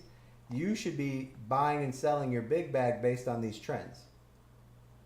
As soon as that trend comes in, boom, you sell your bag at 50.64, and now you're just letting it reset, right? Because this could go a very long way down before that turns green again, and then you're buying back in, right? So for me, I don't have a green 2-hour trend here, so the long is still weak for me. That's why when I go and look at all these other indicators, I'm like, yeah, I'm not going to go long on XRP right now because I still have to have it all line up. Plus, we have our 1-hour RSI breaking down. It is rejecting, like the good news is it is rejecting the red 1-hour moon. You see that? So it's finding some support here on the 1-hour 200 moving average at 50.49.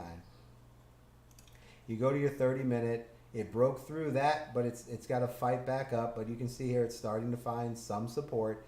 It rejected the 30-minute red moon, and the 30-minute RSI is still moving down. So we still got a little ways to go here.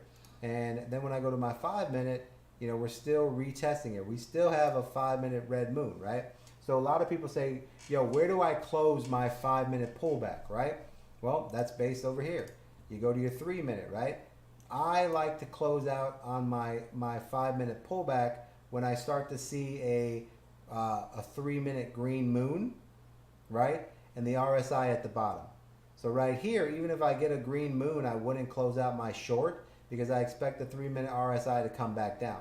And then I would look at my 5-minute, and that is, already halfway up. I would expect it to recycle as well.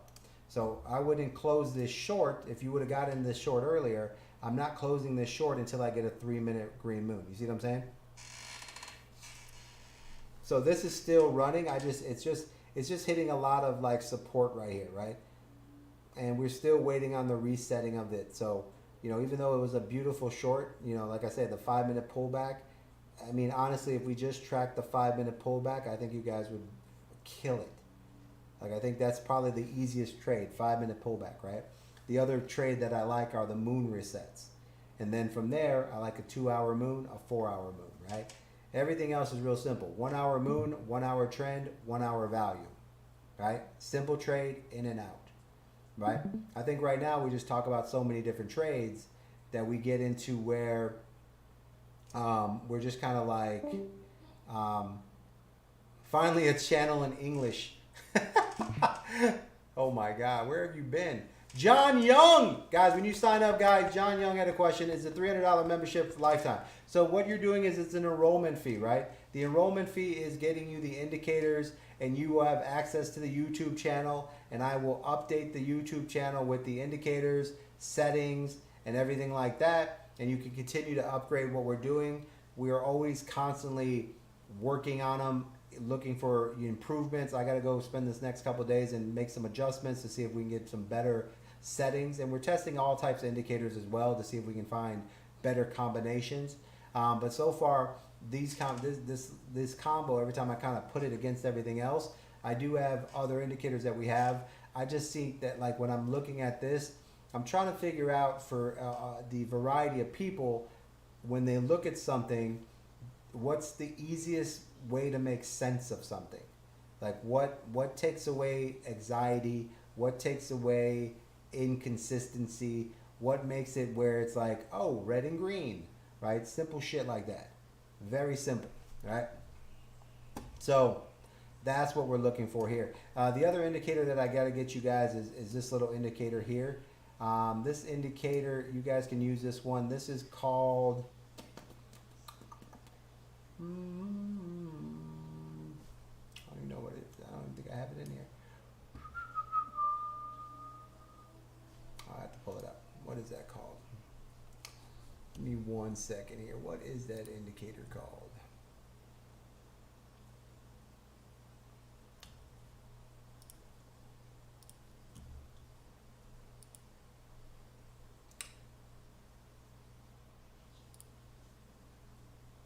Okay, there we go. So if you guys want to, this is a tip for you guys right here. If you guys want these little targets here, right? So I use Fibonacci's for targets, but these right here are going to kind of give you targets of what we call blocks, right? Order blocks, right? Order blocks are kind of like your levels of entries and buys. This is called Smart Money by Algo, right? So if you guys are paying attention, go to Smart Money right here. So Smart Money Concepts by Algo. Click on that. That's going to give you this indicator right here. And this will give you an idea. These will create order blocks for you. Here's an order block here, an order block here, an order block, an order block, an order block, right? So this just kind of gives you an idea. When you're seeing here, you can kind of have levels of targets, and this is easy. So a week high would be up here. So it looks like for XRP is going to retest this week high at 50.83, which is kind of what we're looking for once we get all the momentum that we need to kind of go forward. So now while we're talking here, we're starting to see that XRP's 3 minute, the short just ended. You see that? See that, bread boy? So our 3 minute short just ended. Bada boom, bada bing. You're out of your short. What was that short worth? Let's just take a look.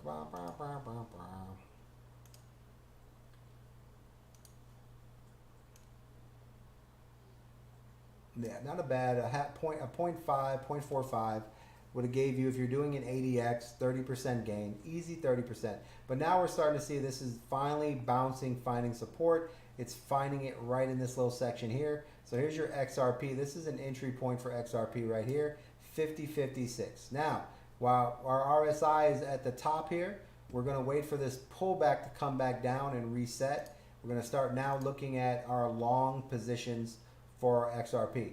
5 minute moon is about to change on the 5 minute. Our 5 minute RSI is still pushing up, so we'd wait for a reset. And let's take a look at our 30 minute or 15 minute. 15 minute finally bounced.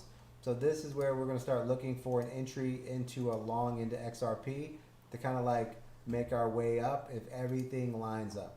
So 30 minute RSI, let's go back to our 30 minute relative strength index.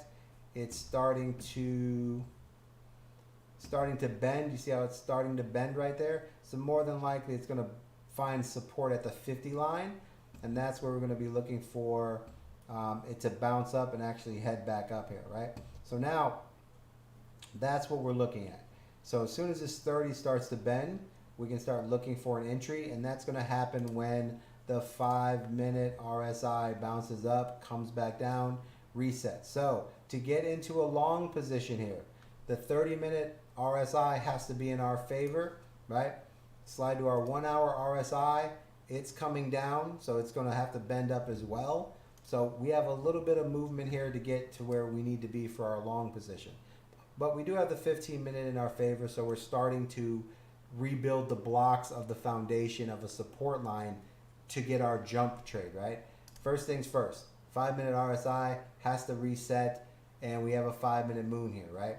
So if we can get the 5 minute RSI moving up, the 15 minute is at its bottom and it's starting to reset. If we get the 30 minute RSI to change direction and go north while we're waiting on this 5 minute green moon and green trend, even if the 5 minute RSI is at the top and we get this green moon, because of the 15 minute RSI heading up, the 30 minute RSI heading up, if the green moon hits here and a green trend, which we just got, if this RSI on the 30 minute changes direction, we can take this long entry, right? Which is starting to happen right here. This is an entry right here, guys. So this is an entry right here.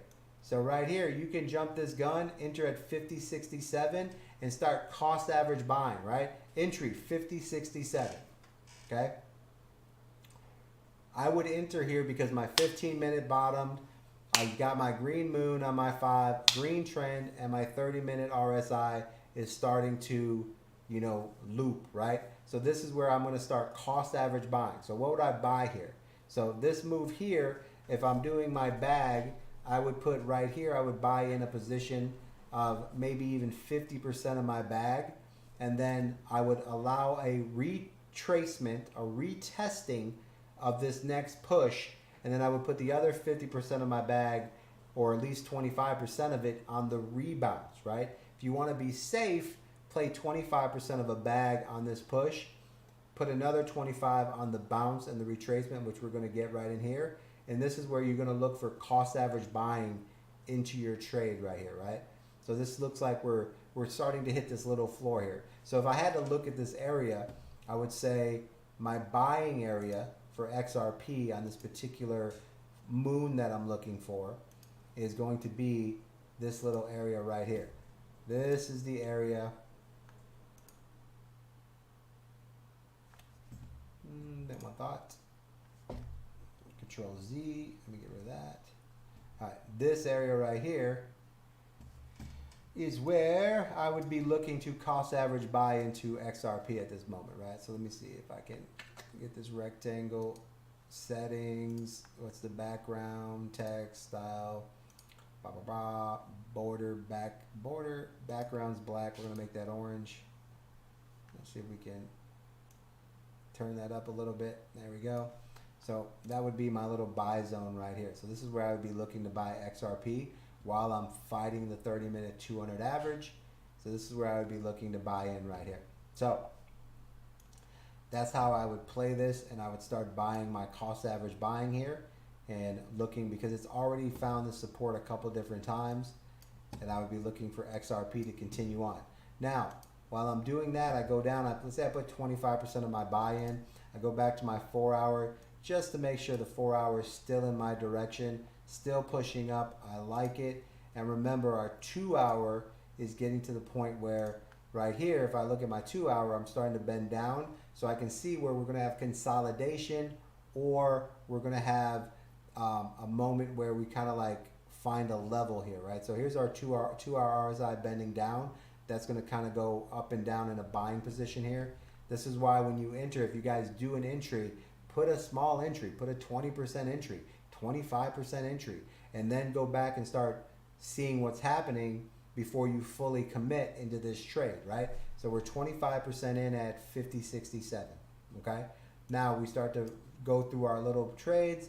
Our 2 hour RSI needs to reset. So then for me, I would be looking here going, all right, I'm gonna wait until my 2 hour starts to move back up. To use that as an example, I would wait for my 1 hour to start to bend up, right?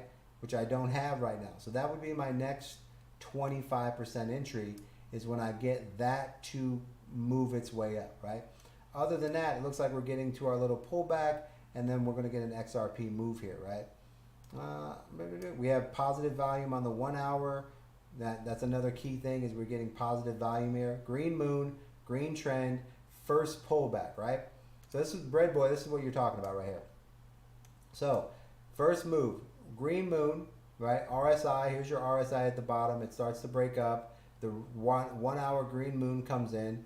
There we go. The RSI pumps us up. Green trend hits. The RSI is overbought already. This is what Bread Boy was just talking about. Was sometimes when you wait on the green moons and green trends, the RSIs have already been overbought, which is okay. We want to buy the pullback. Here's the push. Here's the pullback. So now we are in the pullback, right? So now we are in the pullback mode, right? So this is nice.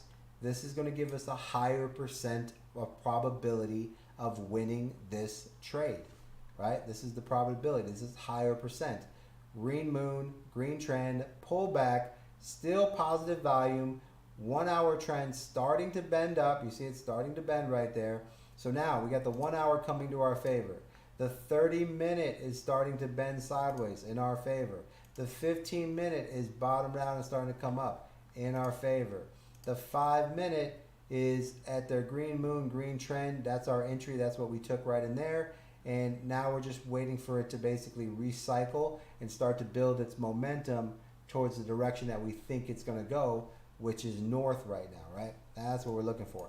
Now we feel pretty good about this because we just had this big pullback, right?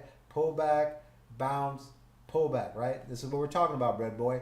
There's always a push, a pullback, and then you enter the pullback and you take that. So push, pullback, now we're here. Now we're entering this move. So we're getting the opposite movement here, right?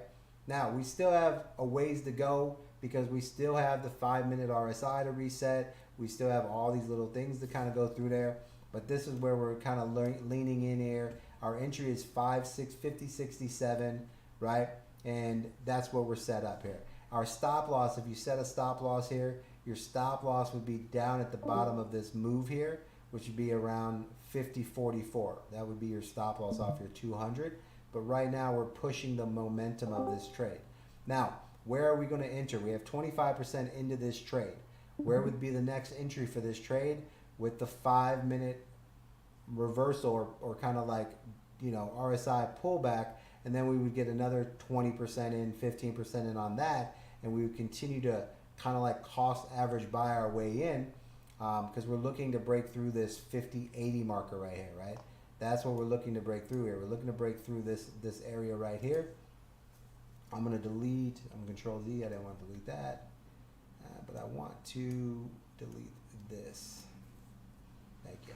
So now we're going to build this up. So 50.67 is kind of like our normal buy zone right now, and we're looking to get up into these other areas of support and resistance, which is about 50.89, 50.67, but we still have our 5-minute pullback here. So that's what we're really fighting here, and we're going to be working with the RSIs. Now, this trade right here, the reason why I'm not gung-ho when I'm not like 100% in, it's not a pop trade, right? What is a pop trade? A pop trade is the 4-hour RSIs at the bottom, the 2-hour, the 1-hour, the 30-minute are all in your favor, and then you trade in on the 15 and the 5, and you take that pop trade, right? This is not a pop trade yet. It hasn't developed into a quick moving trade, so this is more like a position trade, right? Where you're buying into your position, and you're just cost average buying into your long position until you get the rest of those indicators moving in your direction, right? So far, we got the 5-minute moving in our direction. We're coming back. We have our 15-minute bounce. We're starting to move up. We could see another bounce down in this 50-54 range. All right, we're looking for this move here as we continue to wait. Now, the problem here is what? The 2-hour RSI. Right, the 2-hour RSI has to reset for us, but everything else seems to be pulling against it. So it shouldn't be that bad of a pullback or a reset low area here to get us a position. That's why we're cost average buying into this position here, right? Here's a little spot here, 50.61. You can start cost average buying. 50.60 is your first little candle down. This is where right here at 50.60 you can put another 10% in and start bringing your price down, right? Start bringing that price down, because this is more than likely is going to come back, retest this moving average here, and then we can start chipping away at our long, right? Do. And this is kind of like what we're going through here is like where you guys enter trades or you see like an XRP push or a move. I want to kind of like help you guys out when you get into these trades that you're looking at and you're going in the wrong direction and you're kind of like panicking, right? The worst thing to do is to sell out of a trade early before it bounces, because you're still going to pay for the trade that you made. So here, you'd be better off cost average buying into this long to give yourself a longer opportunity to stay in this trade before you give up, right? Before you cost yourself the trade, right? Cost average buying into the trade, right? Because keep in mind, we still have the 15-minute RSIs at the bottom, so you're not in a bad position. Your 30-minute is still kind of rallying here, not in a bad position. Your 1 hour, needs to come down and retest, right? So these are the trades that you guys get into, and you're like, I'm in a trade here, and I'm not looking as great as I want to look here, right? But these are how you cost average buy to kind of like build your way up to a trade that we're looking to happen here, or a long trade that's looking to happen, right? So I'm still waiting here. I need a 4-hour green moon. That's my trade. 4-hour green moon. That's the trade I like, right? 2-hour green moon happened. We still have volume. The 2 hours starting to come down.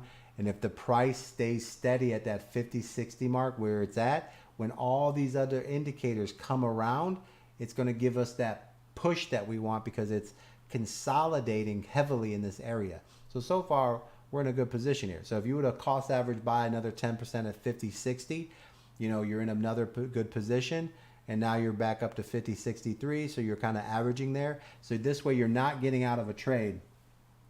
You're not getting out of a trade too early, and you're not giving up your position, costing yourself like a moving target before it goes.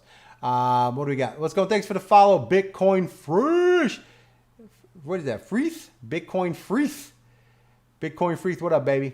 Hi, what's the indicators? Boss Mud. Guys, if you want to get the indicators names, guys, go hit the link right there. Check this out right here. You guys can go check out. Hit the Discord, guys. There's all the information inside the Discord.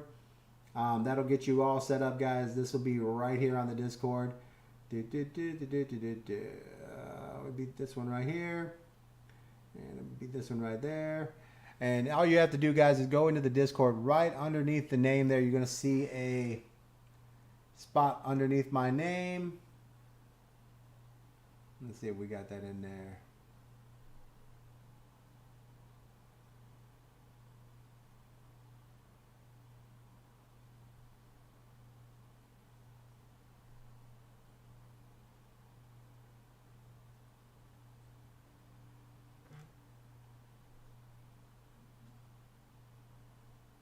Five-minute battery.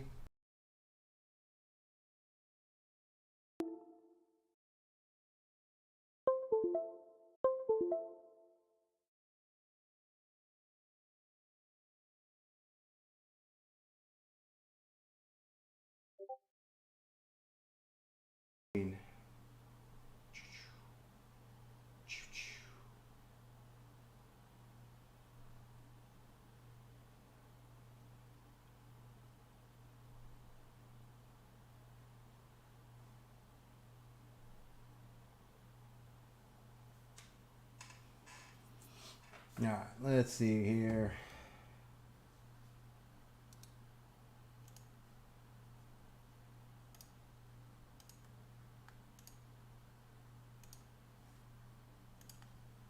All right, there we go. Volume on there, good. So yeah, guys, if you want to hop in the Discord, guys. All you got to do to get in the Discord is right on the TikTok. You're going to see a little area there. Just go to, let's see what we got here. Right underneath the followers, you're going to take a look at there.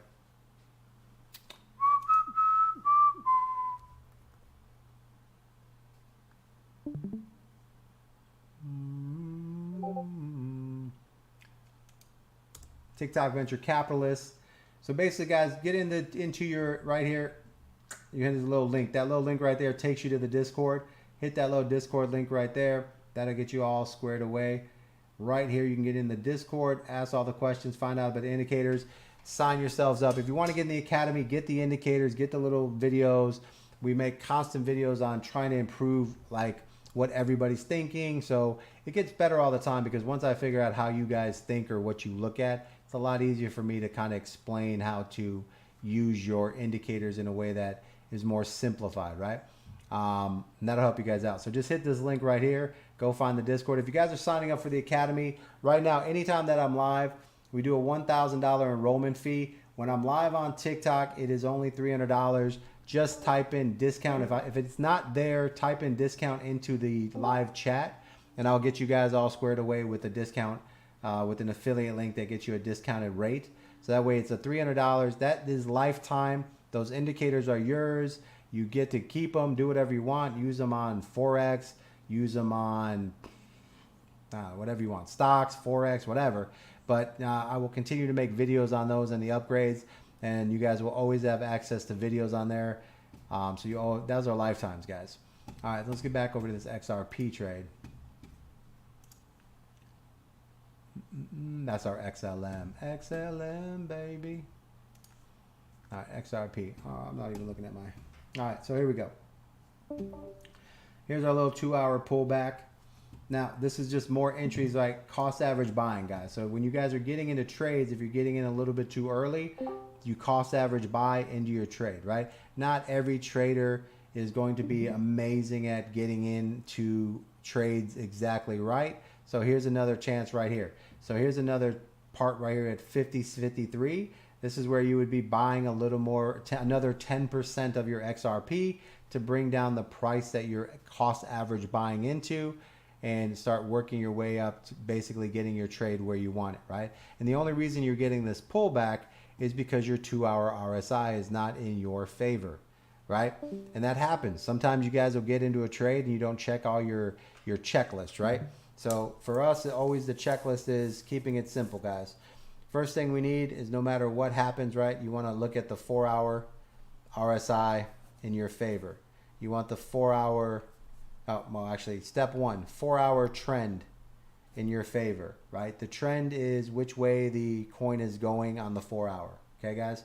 Step 2, 4 hour RSI, right? This determines the pressure and the ability of how much you have towards the direction that you're going. And I don't want that. So that is the second thing that you guys do, is you get yourself set up to where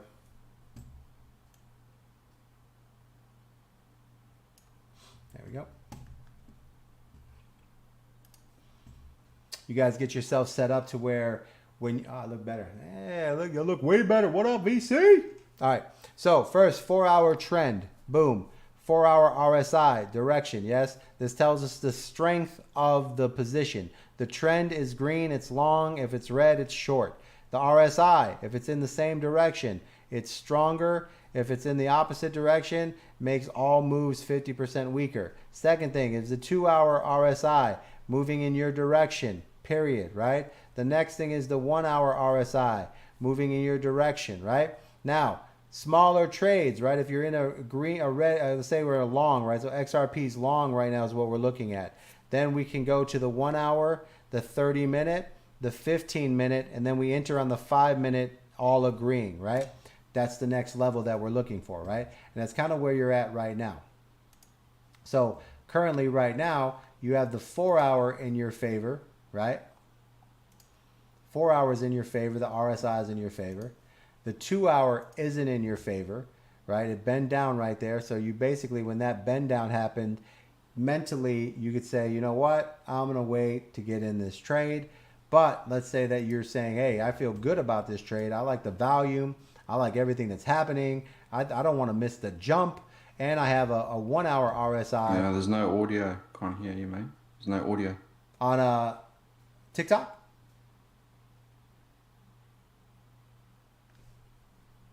TikTok or Discord? Can you guys hear me on TikTok? Yo, hit ones in the channel if you guys hear me on TikTok.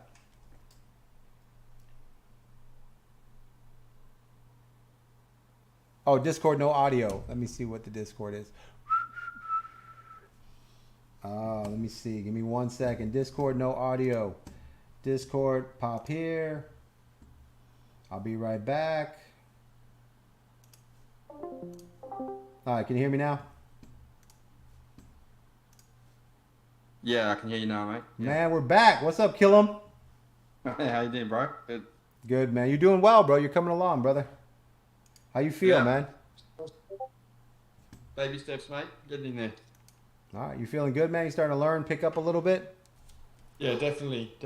Yeah. A lot of information to take in, you know? Yeah, and it's just confirmation, right? Like, I think that the need to get into a trade is overtaking the need to just be patient, right?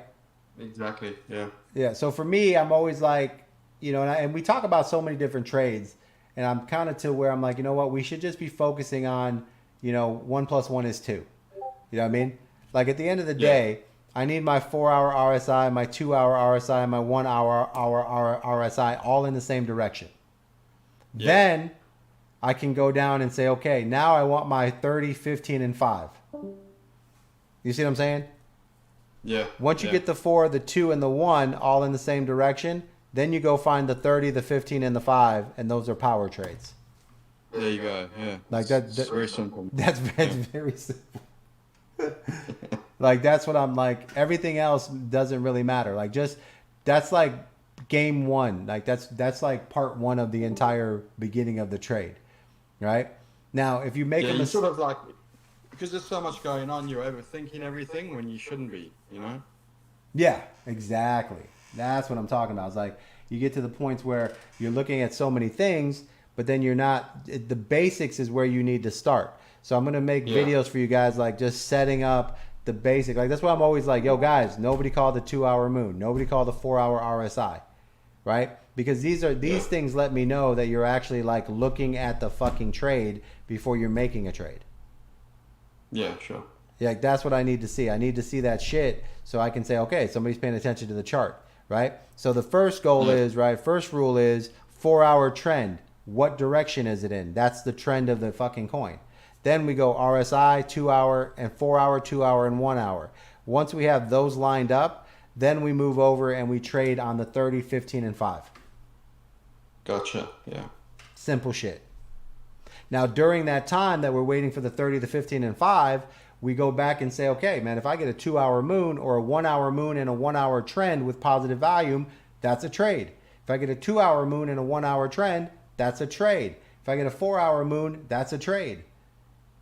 Like those are your trades in there. That's how many trades you have. You have the 1-hour trend, trade.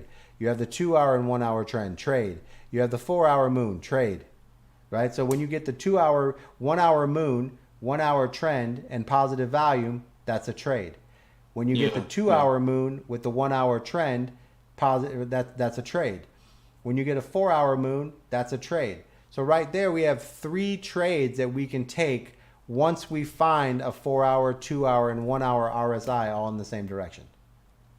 Yeah, sure. So right there, those are 3 to 4 solid trades that we can make before we can look at any other trade or care about any other trade, right? That's the simplest way to trade long, right there.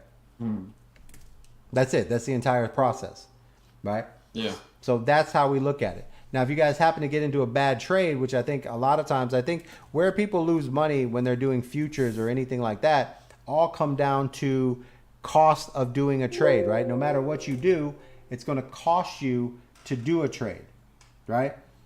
So when you have to pay for a trade, no matter what happens on there, you're going to get to a point where you're going to have to pay for the cost of a trade. So if you're in a trade and you happen to get in too early, don't close out the trade and cost you 20% of your $100. Just buy more positioning while you're waiting for your trade to manifest. Yeah. Okay. You know what I mean? Yeah, Reshare just add screen to your- on Discord. My bad, bro. There you go, in it for the money. And these are just simple little concepts that we can follow. And this will basically, this little thing right here will improve your guys' trades and make you more successful in the money and profit side of percentages. Like that's really what that comes down to there, is getting that movement there, right? So just eliminating the mistakes is how to make more money. So on this particular trade, XRP, everything's in our favor except the 2-hour and the 1-hour RSI, right? So we shouldn't be in this long, but if you jump the gun, right? If you jump the gun, and the second thing is what? How do we trade, right? We trade here. So the one thing that we trade, right? The main trade is a 4-hour trend and a 2-hour trend, the same color, right? We have a 4-hour green trend, but we have a 2-hour red trend. You see what I'm saying? Yeah. So there's another reason why we shouldn't be in this long, right? But if you jump the gun, you cost average buy because you are seeing that you did have a liquidity grab right here. You pulled up, you had a retest right here. You had an engulfing candle, and now it's steadied out here at 50.47. So everything is starting to go your way.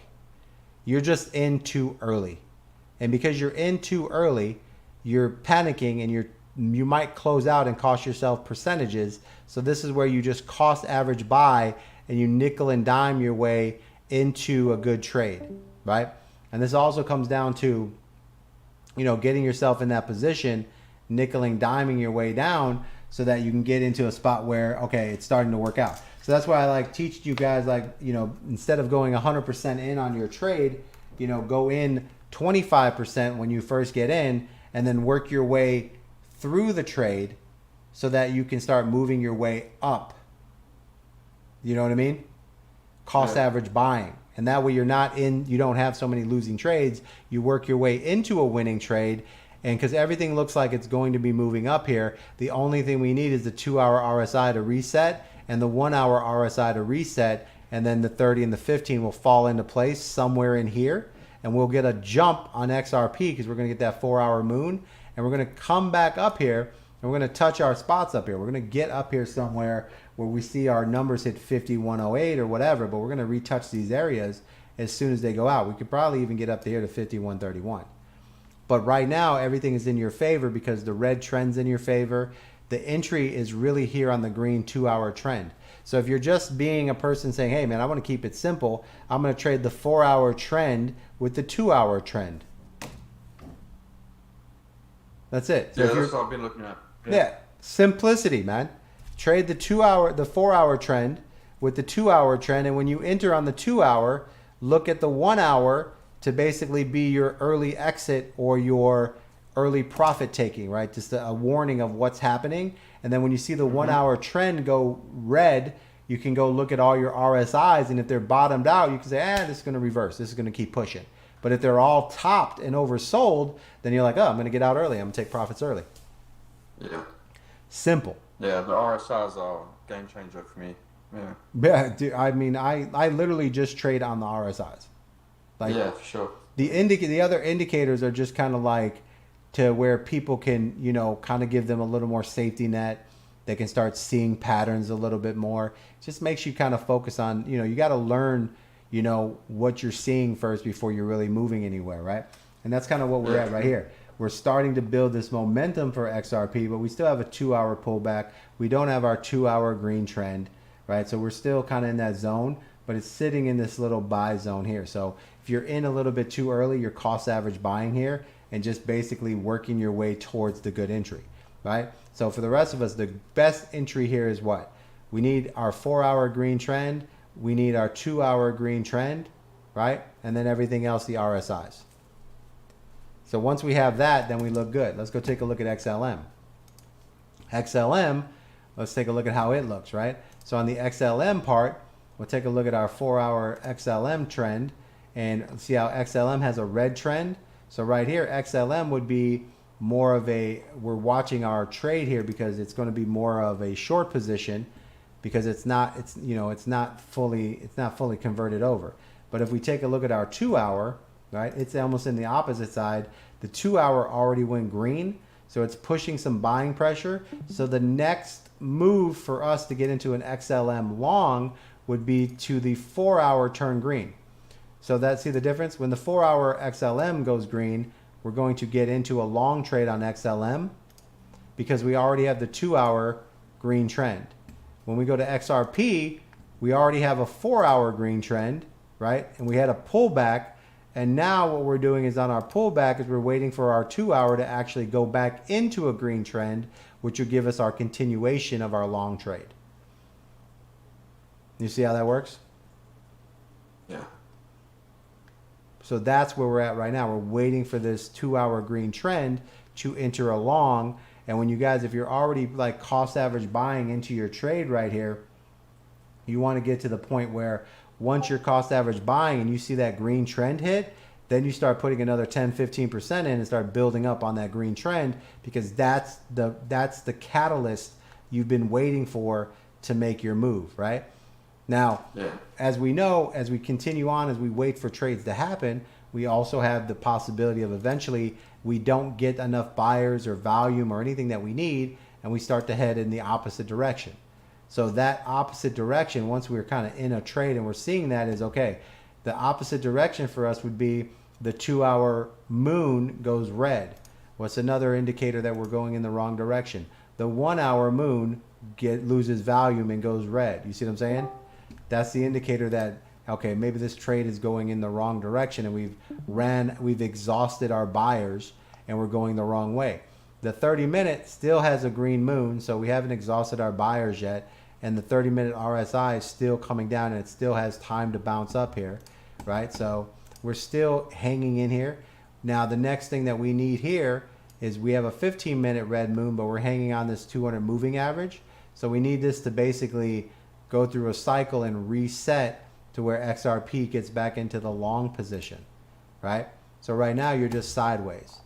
And this is where I think a lot of times guys end up in a trade is in this little moment here.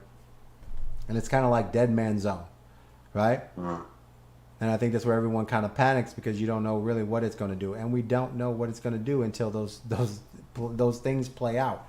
The only good news here is that right now you have positive volume, right? You have a green moon and a green trend, so it looks like you're pushing your way through this sideways.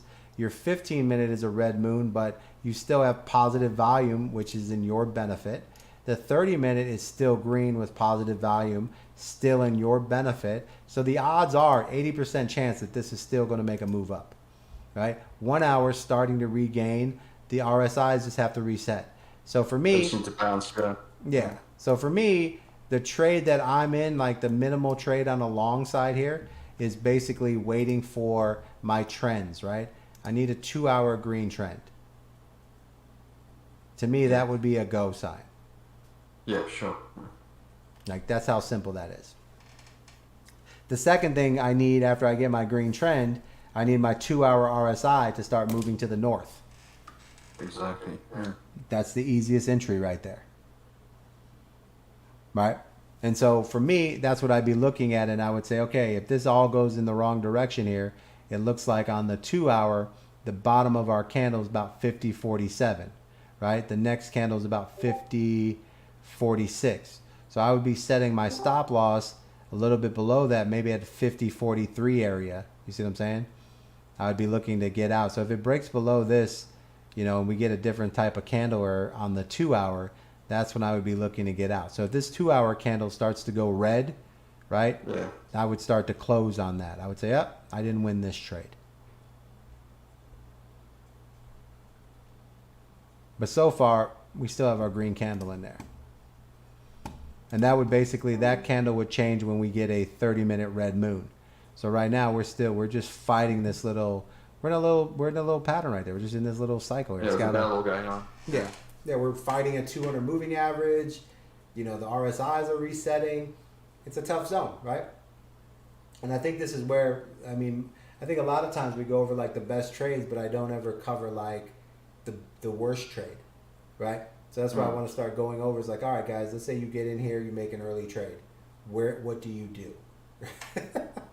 Right? Yeah. I think going through that is kind of like more being inside of what you guys are doing, and then kind of going from, okay, this is where you're at. This is a really tough position to be in. Moving forward, you know, I would wait for a 2 hour trend. Like me, I need everything on the upper levels to be in my favor, right? And this is a good way I can try to explain it. Looking at these things a different way, I can probably find an explanation of how to say it differently, right?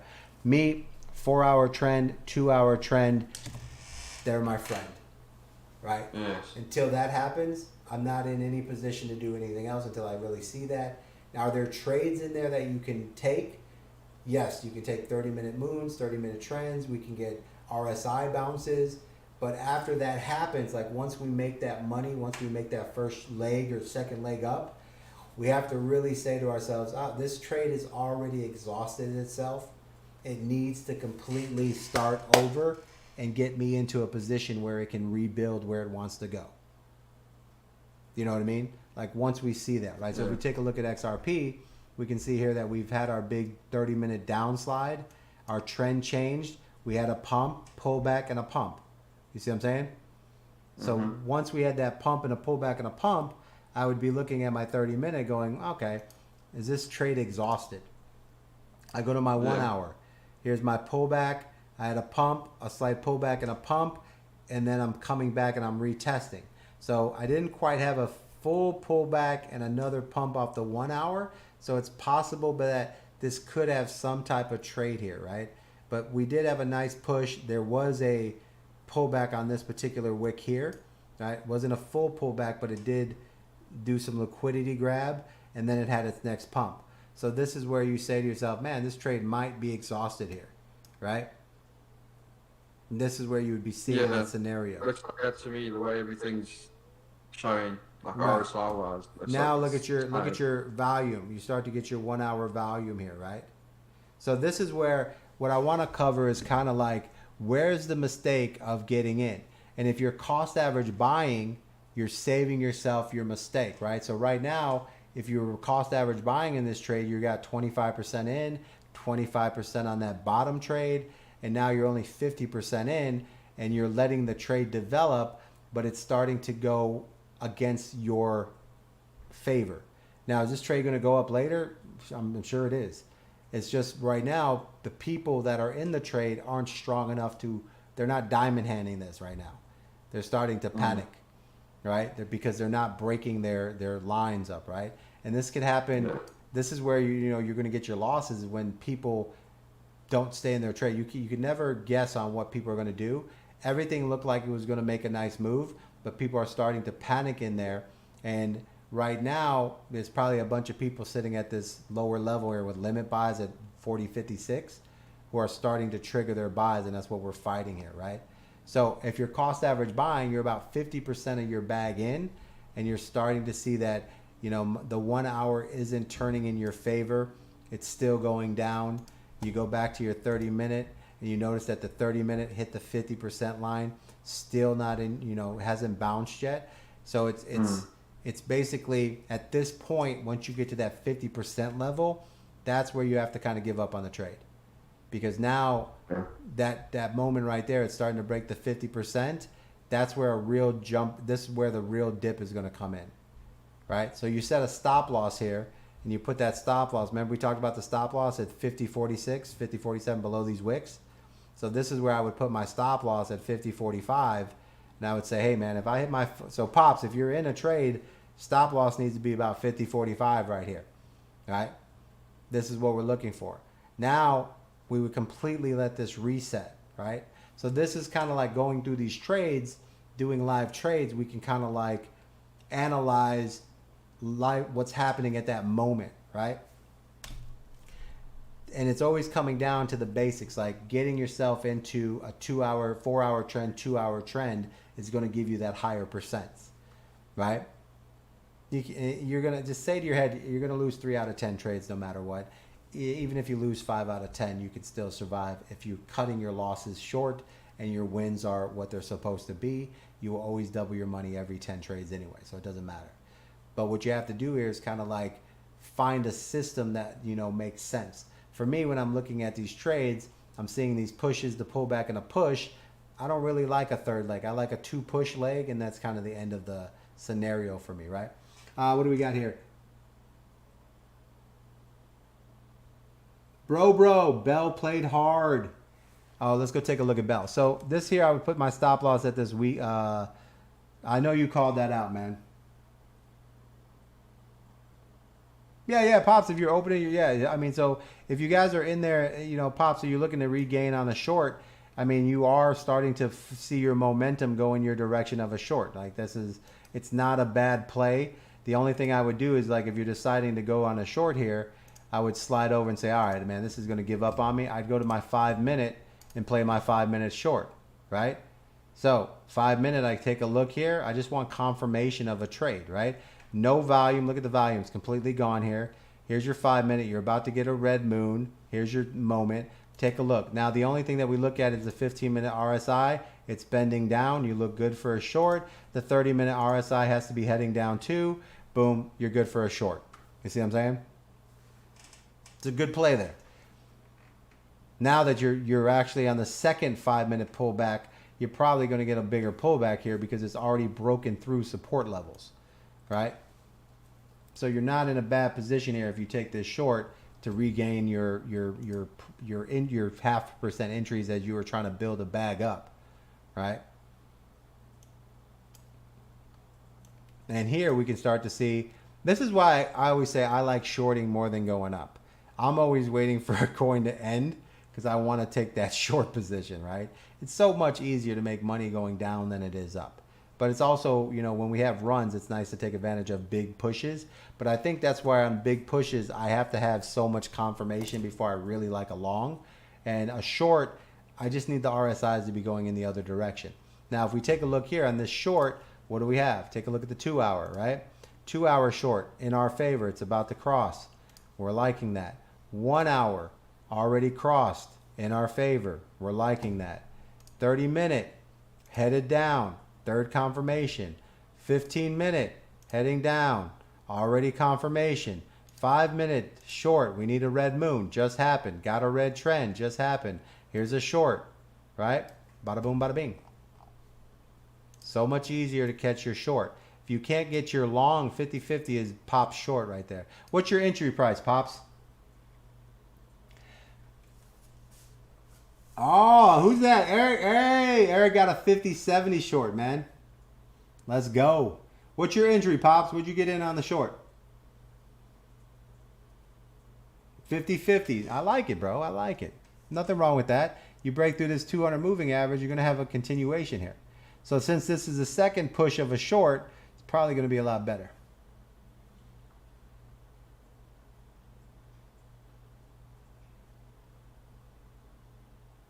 $50.70 short. Who got in on that? Eric? Nice. Eric, $50.70. So that's what I'm saying. Like me, I love short positions. Long positions, I have to have a lot of confirmation. I just have to have a lot of things happening in a good way for me to get in. I need a 4-hour trend, a 2-hour trend, and the RSI's in my direction. Period. I think that would be the easiest way for you guys to kind of like trade longs. Just a lot easier to get those wins. Shorts are so much easier to play. Once the 2 hours start to go in your direction, 2 hour, 1 hour, 30 minute, 15 minute, bada boom, bada bing, you go to your 5 minute, turns into a red moon, red trend. You start to see that little push there. The odds of this trade working out is just higher, right? It's just a higher chance of this trade probability working out here. It's just fighting your moving averages here.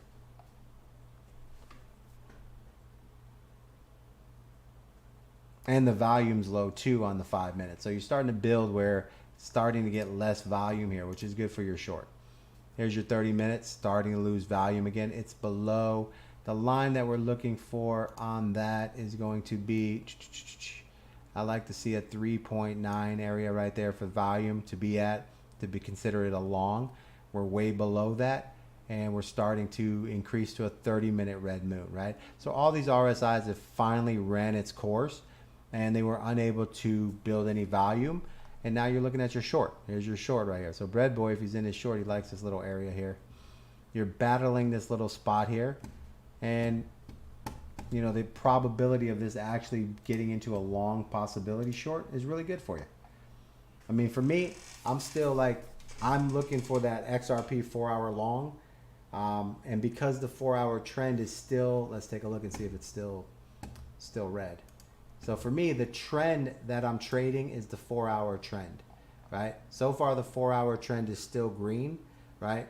So I'm not going to get into too many shorts at this moment until, and the problem is my RSI, my 4-hour RSI is pushing up. My trend is green. My daily RSI is bottom. Now, if the daily RSI was, you know, a little bit higher coming down, there'd be a little more sale pressure. So for me, I'm not looking at these shorts right now because I just don't, I'm not looking like they're going to be that big moves for me. I want I'm a little more greedy with my entries, right? 4-hour trend is still green. So right there, I'm still looking at, you know, the possibility of this going in the, you know, just, I'm still looking for that long to bounce out here. I just feel like XRP is building its way up to this 2-hour trend. So for me, the 4-hour trend, the RSI, everything that's happening, I'm waiting for this 2-hour trend to get my entry for my long. Like that's my long entry, right? That's the one I'm going to wait on. All those other in-between trades, this is why I kind of wanted to go through this whole trade session, because the in-between trades, I think, is where you guys are making a lot of your trades. I just don't make those trades, right? I'm very like particular when everything kind of falls into place, then I enter a trade, right? Here, I'm not getting enough confirmation, right? So this is why I want to kind of work through a very simple system that I can repeat over and over. That will be the same thing. So we're not like talking about multiple trades. We're talking about very specific rules before we enter or do anything, right? And until I get that 2-hour trend green, I can't go long on XRP, right? But your short wise, because of the 4-hour trend, right? I'm not going to short XRP right now because of my 4-hour trend. But, you know, if you're taking these trends, playing the 5-minute pullback, they're big wins. They win. They're doing well. I'm not mad at them, but they're more like a 0.5% or a 1% move. When that 4-hour trend goes red, those 5-minute pullbacks are going to be like 3-4%. Those are the ones I want, right? I just like, you know, it's like when you fish. I don't want to fish for bluegill. I want to fish for a 30-pound, you know, monster. I want to fish for, you know, a 16-pound bat, you know, big. I want big fish. Right? Yeah, So- that's why I was talking about the full hour earlier. I was saying I want to concentrate on those a bit more because that's where those gains are, you know. Yeah, I mean, because it's just, I just feel like this, right? If I'm gonna walk into a club and pay an entry fee, I'm not gonna walk in at 2 o'clock if the bar closes at 3. Yeah, you know what I mean? Like I'm gonna walk in at 8 o'clock and I'm hanging out till 2 a.m. Right? I want my money's worth, right? And that just means I get better percentages on my moves, right? I know that I'm gonna get a better opportunity to make money. So the failures are still profitable and the wins are 3 times bigger. When you're trading in the smaller time frames, you're paying more entry fees and you're not getting the quality that you need out of the trade.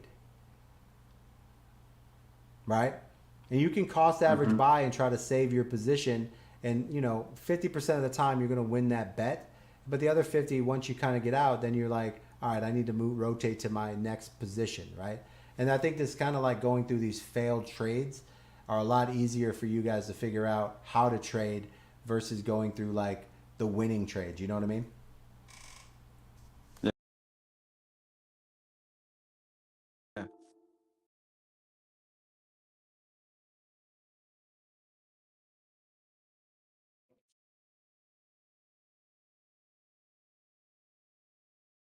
Then going down a checklist of what we don't have or what we don't see.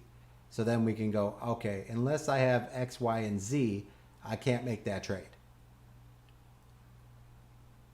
So it's just a little different style here of trying to. Now that's why I like the conversations when you guys are entering trades, so I can ask questions like, well, okay, what made you see that trade, right? And then I can figure out how to explain the trade to you so that it becomes something that maybe I'm missing a key point that you guys are seeing as rookies and as newbies to trading that I'm just not explaining properly, right? So that's kind of what, this whole thing about going back and forth and going through the questions. Me personally, I only trade high time frames, right? If I trade lower time frames, I'm scalping and I'm using RSIs. Easiest way to trade. I don't need anything else except the RSIs, the bounces, and that's it. And I'm so disciplined, I take my profits and I leave. Right? So it's easy for me to win and leave. It just comes down. I'm frozen on Discord. That's because I came in and out, guys. Here, I'll come right back. There you go. I'm back in, boys. Can you hear me again on Discord? So that's kind of where I want to be like, I figured going through this, is that pause, resources? Okay. And I just figured by going through the trades from each level is kind of like we'll find a way to where you guys something will click for you, right? And say, oh, yeah, I always get in that trade VC and that's why I mess up. Right? Yeah, that is a perfect example of what I've done before. Yeah. So that's what I'm saying. Like I figured like, a lot of times I come in, I trade and I just take pop trades and big jump trades. And it's like those trades take a long time to really manifest. And when I jump on them, it's like they're amazing and I leave. And I feel like it leaves you guys like kind of in the wind because you're like, you haven't developed that patience yet. So you're kind of like, you want to be in the game somewhere and you're getting into where it's not the right time to be in the game. Right. So I think right now by going through here and kind of like working our way through these particular type trades, it's going to get you guys set up to where you're starting to see your losses and then go back and say, oh, now I see where I should have been in a trade. Right. So that'll kind of like solidify some stuff for you and move through, and this will also help you guys when it takes like percentages and when you're in a bad trade, if you're cost average buying, that'll help you guys get a little more wins when you do make a fucking mistake. Right. Yeah. So that way you're like, oof. Because you probably have about 5 out of 10 times you got into a trade, it went the other way and then it bounced. Yeah. And you're like, damn it. And you're like, why am I saying this? Yeah. Right. But if you get in and learn to get in with 20%, 25%, and then cost average buy in until it goes fully in your favor. Yeah, I think, who is that? Diabeto. I think it's where they go to the 5 and not remember that they're looking into a 1 hour candle. Yeah. Right. We're still trading on the 1 hours, the two, right? So Diabeto's been in there, man. And Diabeto's been in the academy for since last Christmas. And that's when it was really like, we had a very simple rule, right? We trade on the 1 hour. Like we need a 1 hour moon, a 1 hour trend, positive value.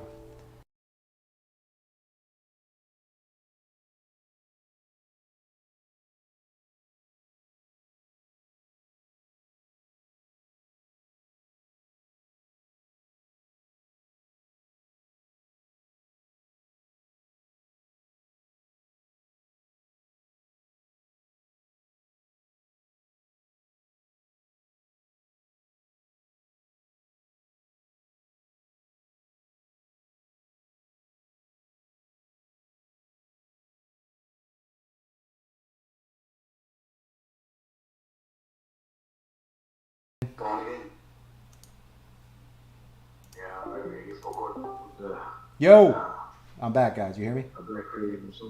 Yo, yo. You guys hear me? Yep.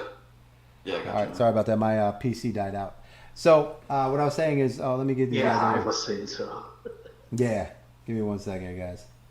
All right, guys. So if you're getting the indicators, right? The link is in my bio. It's underneath the followers. Click that. It's called the Academy.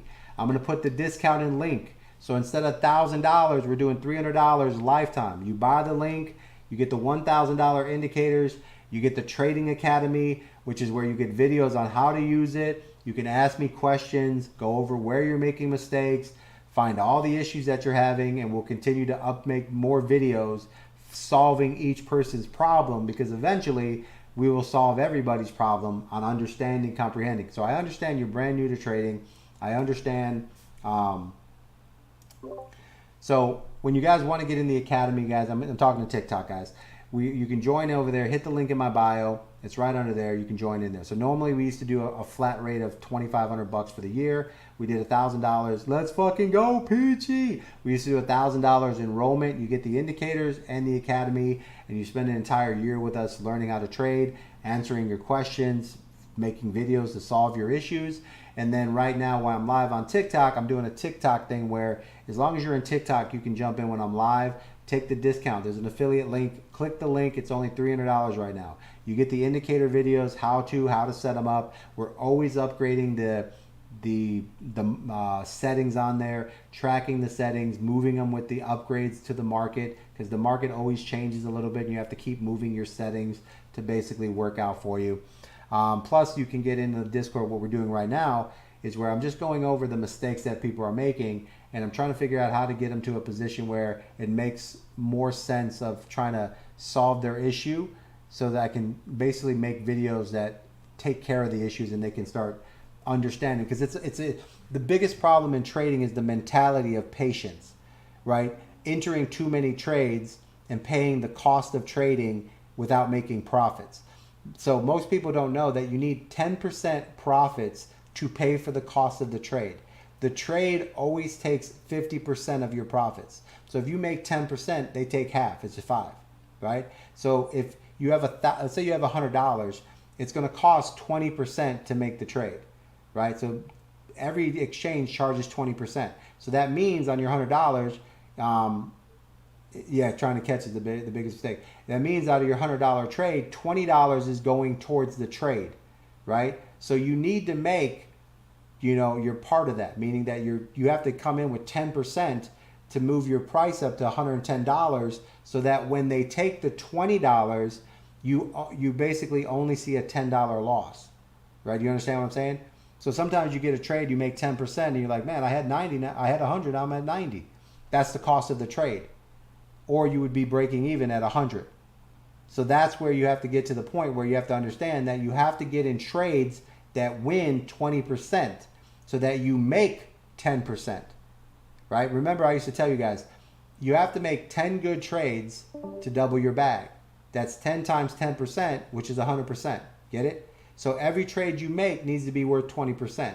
This is why we use leverage. This is why we have higher trading leverage. It's so that we trade with 50x's and 80x leverage, so that it moves very slightly. Even if you make a bad trade, you still get 20 to 30% profit, which pays for the trade and gives you 10% of your $100.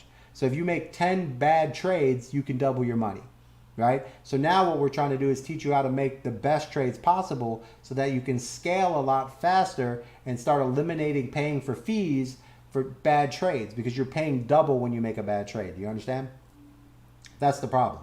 So that's where we need to kind of like tighten up the ship and get into the head that you have to make good trades. Do not push your luck. Do not jump in early, and follow the RSIs. Very simple rule. So if you're in the academy and you have your indicators, 4-hour trend, 2-hour trend in your favor before you trade in the long position. Okay? The RSIs, 4-hour, 2-hour, 1-hour in your favor. And then you go to the 30, the 15 minute, and the 5 and trade your long positions and take profits while that's happening, while those other line up. If anything changes there, then you have to say to yourself, the pushes are going to be half as big as I want them to be. So if I have a 4-hour trend and a 2-hour trend is different, that means when I hit a push or a long, I have to take profits on half the percent of my move, because it's not going to move as much as I want it to. Now, if it happens to change while I'm in that move, then I will get an extended push.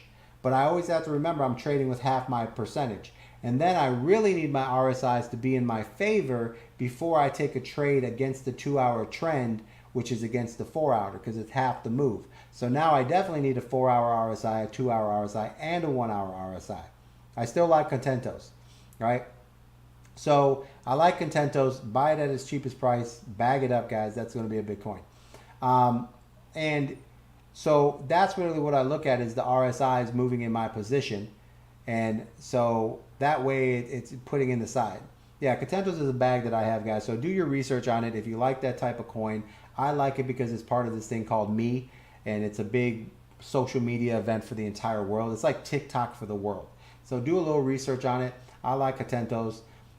So, you know, for me, that cheap price is really nice, and it's a small bag. And any bull run that comes up, it's going to already have marketing. So for me, do your research on it. If you like that type of coin, I still feel like we're going to get, you know, a nice little movement of at least 1,000 to 2,000x on that coin. So what we have to look at here is, you know, RSIs being in our favor, right? So then once those RSIs line up, that gives us a higher percent of winning. So if we constantly just put ourselves in a position where we're allowing it to be in our favor, then we have more wins, right? And when you're looking for longs and you're waiting for longs to happen over a long period of time, and you're seeing the RSIs all go the other way, then jump and say, well, you know what? There's no people, no one's buying this coin because there's no money out there. Go into the short position. So I'm always looking for shorts, right? I love big pumps, so I can grab a short and ride that shit down. It's easier to make money, right? So those are your trades, right?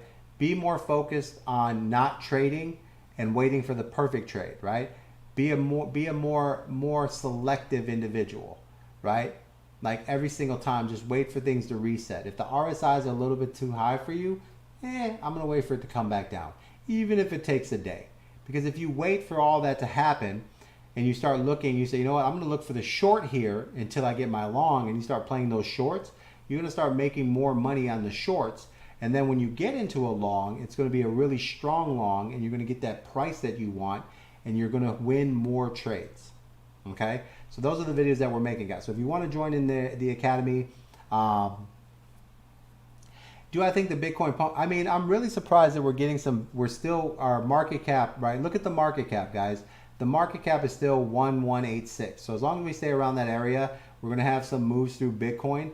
I just don't see, I needed to break like 2. Now, 1186, I needed to see more like a 112, right? I wanted to see 1-2 and then 1-3. That would show me that we're going to get a big push move up. But since we can't break 1-2, yeah, we're still at the 119 trill or something like that. But since we're not breaking through there, I just feel like everyone's waiting for something to happen, which means we're just kind of in a sideways pattern, right? And as summer comes and people have to spend money, and if there's nothing going on, people are eventually going to start taking profits and basically accepting that the next run is going to be in August to November, and there's the next cycle that comes in, and then they're going to sell at the end of like right there, August to the end of October, and sell, and then start buying back in January. So right now everyone's still holding on because the banks are having terrible positions.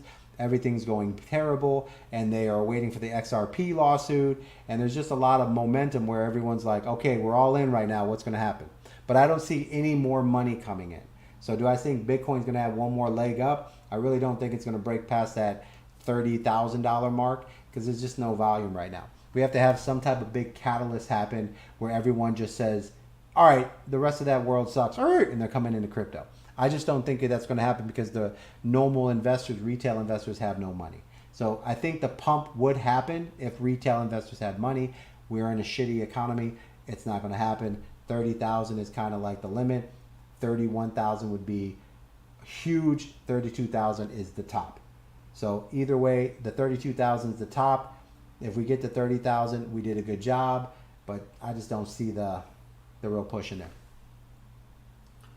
And that's kind of where it is. All right, guys, I got to get to roll. Hey, baby, you ready? All right. I'm going to go get into a little bit of stuff. I got to eat something, but we'll be on later. So, guys, right now, if you want to join the Academy, if you're looking for the discount, make sure you hit that link. I'm going to change that link out in the next 45 minutes. It's normally $1,000 with your indicators. You get the Academy, you get in. It's going to be $300 for you guys right now. And then you can basically get one-on-ones, talk to me, go over your questions, find out what's wrong, and we work really hard. So I'm starting to spend more time in the Academy right now just to get you guys kind of like where you need to be. Poker dogs! To get you guys where you need to be, where, you know, because it's kind of like the more I can understand how you think, the easier it is for me to explain how to look at something, right? Because a lot of times it's just the little things that matter. That makes sense, guys. Anybody in the Discord, you guys have any questions there? Rockstar, what up, baby? I'm good. Thank you, sir. It was nice hearing after a long time such a nice conversation and very nice advices. And I'm really looking forward to it. I mean, you know, it's you know, when you do something for a long time, it's easy to do, right? So for me, I understand that what I do is really easy for me because I do it for a long time. So now I'm trying to like understand how you guys see things so that I can put, you know, indicators and systems together that just help you solve your problem. I don't know if you hear me or not. Yeah, I hear you. I got you, Rockstar. You hear me? Oh, hold on. That's what I did. Hold on. There you go, Rockstar. Yeah, so basically what it comes down to is, for me, it's like at the end of the day, I've been doing this for a long time, so it's kind of like easy for me to do what I'm doing. I can trade all types of different ways off different moves, different pockets, and to get to a point where, can you hear me, Rockstar?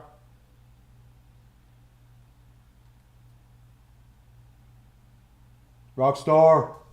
Oh, you know, hold up. Get out of there. Get back in there. There you go. You guys hear me now? Hello? You have enough out there? Yeah, what's up, Poker? All right, Rockstar, you hear me? Sorry, my boat. Sorry, my family. You What want up, to family? houses? Poker dogs. I got to mute Poker. So basically, guys, that's what we're really looking to do there, man, is just get into a spot where we can get you guys set up, teach you what's going on. It's a rock star, baby. What's up, Crocs? I'm doing good, bro. I'm heading to the gym. I got to get something to eat. But this is what we're doing inside there. We want to get to the point where we're just spending time with you guys and what you're doing so that I can basically solve that problem of the mistakes. And I think, honestly, you know, the more I look at the trades that we're doing that aren't doing well, it's still the same thing, right? The 4-hour trend, the 2-hour trend, and then waiting for the higher time frames. I mean, I just feel like that's really it. It's just how to get that point across to everyone to where they understand, like, you have to actually follow that rule, right? All right, guys, let me go do some things. We're going to be back on. This video, if you want to go back, rewatch it. It is on YouTube. If you don't know where to get to YouTube, just go into my link underneath my followers. You're going to find yourself a link right there. It is going to have the Discord, the TikTok, or the Discord and the YouTube channel on there. And if you have any questions, go into Discord, ask us some questions. If you guys are looking to sign up, get in the Academy, make sure you go hit the join now. I'm going to leave the discounted link up for you guys while I'm out to eat and everything. And when you guys sign up, just make sure you send. There's an email on the invoice. So when you guys buy the academy for 300, send a confirmation to that email so they can get you in early. XRP going to 40. I don't know if it's going to go to 40, man, but I mean, it does have some strength in there. It is kind of like sitting around, but I mean, I don't know where the rest of this money is going to come from, right? I just don't see more money actually coming into this market. I think that's where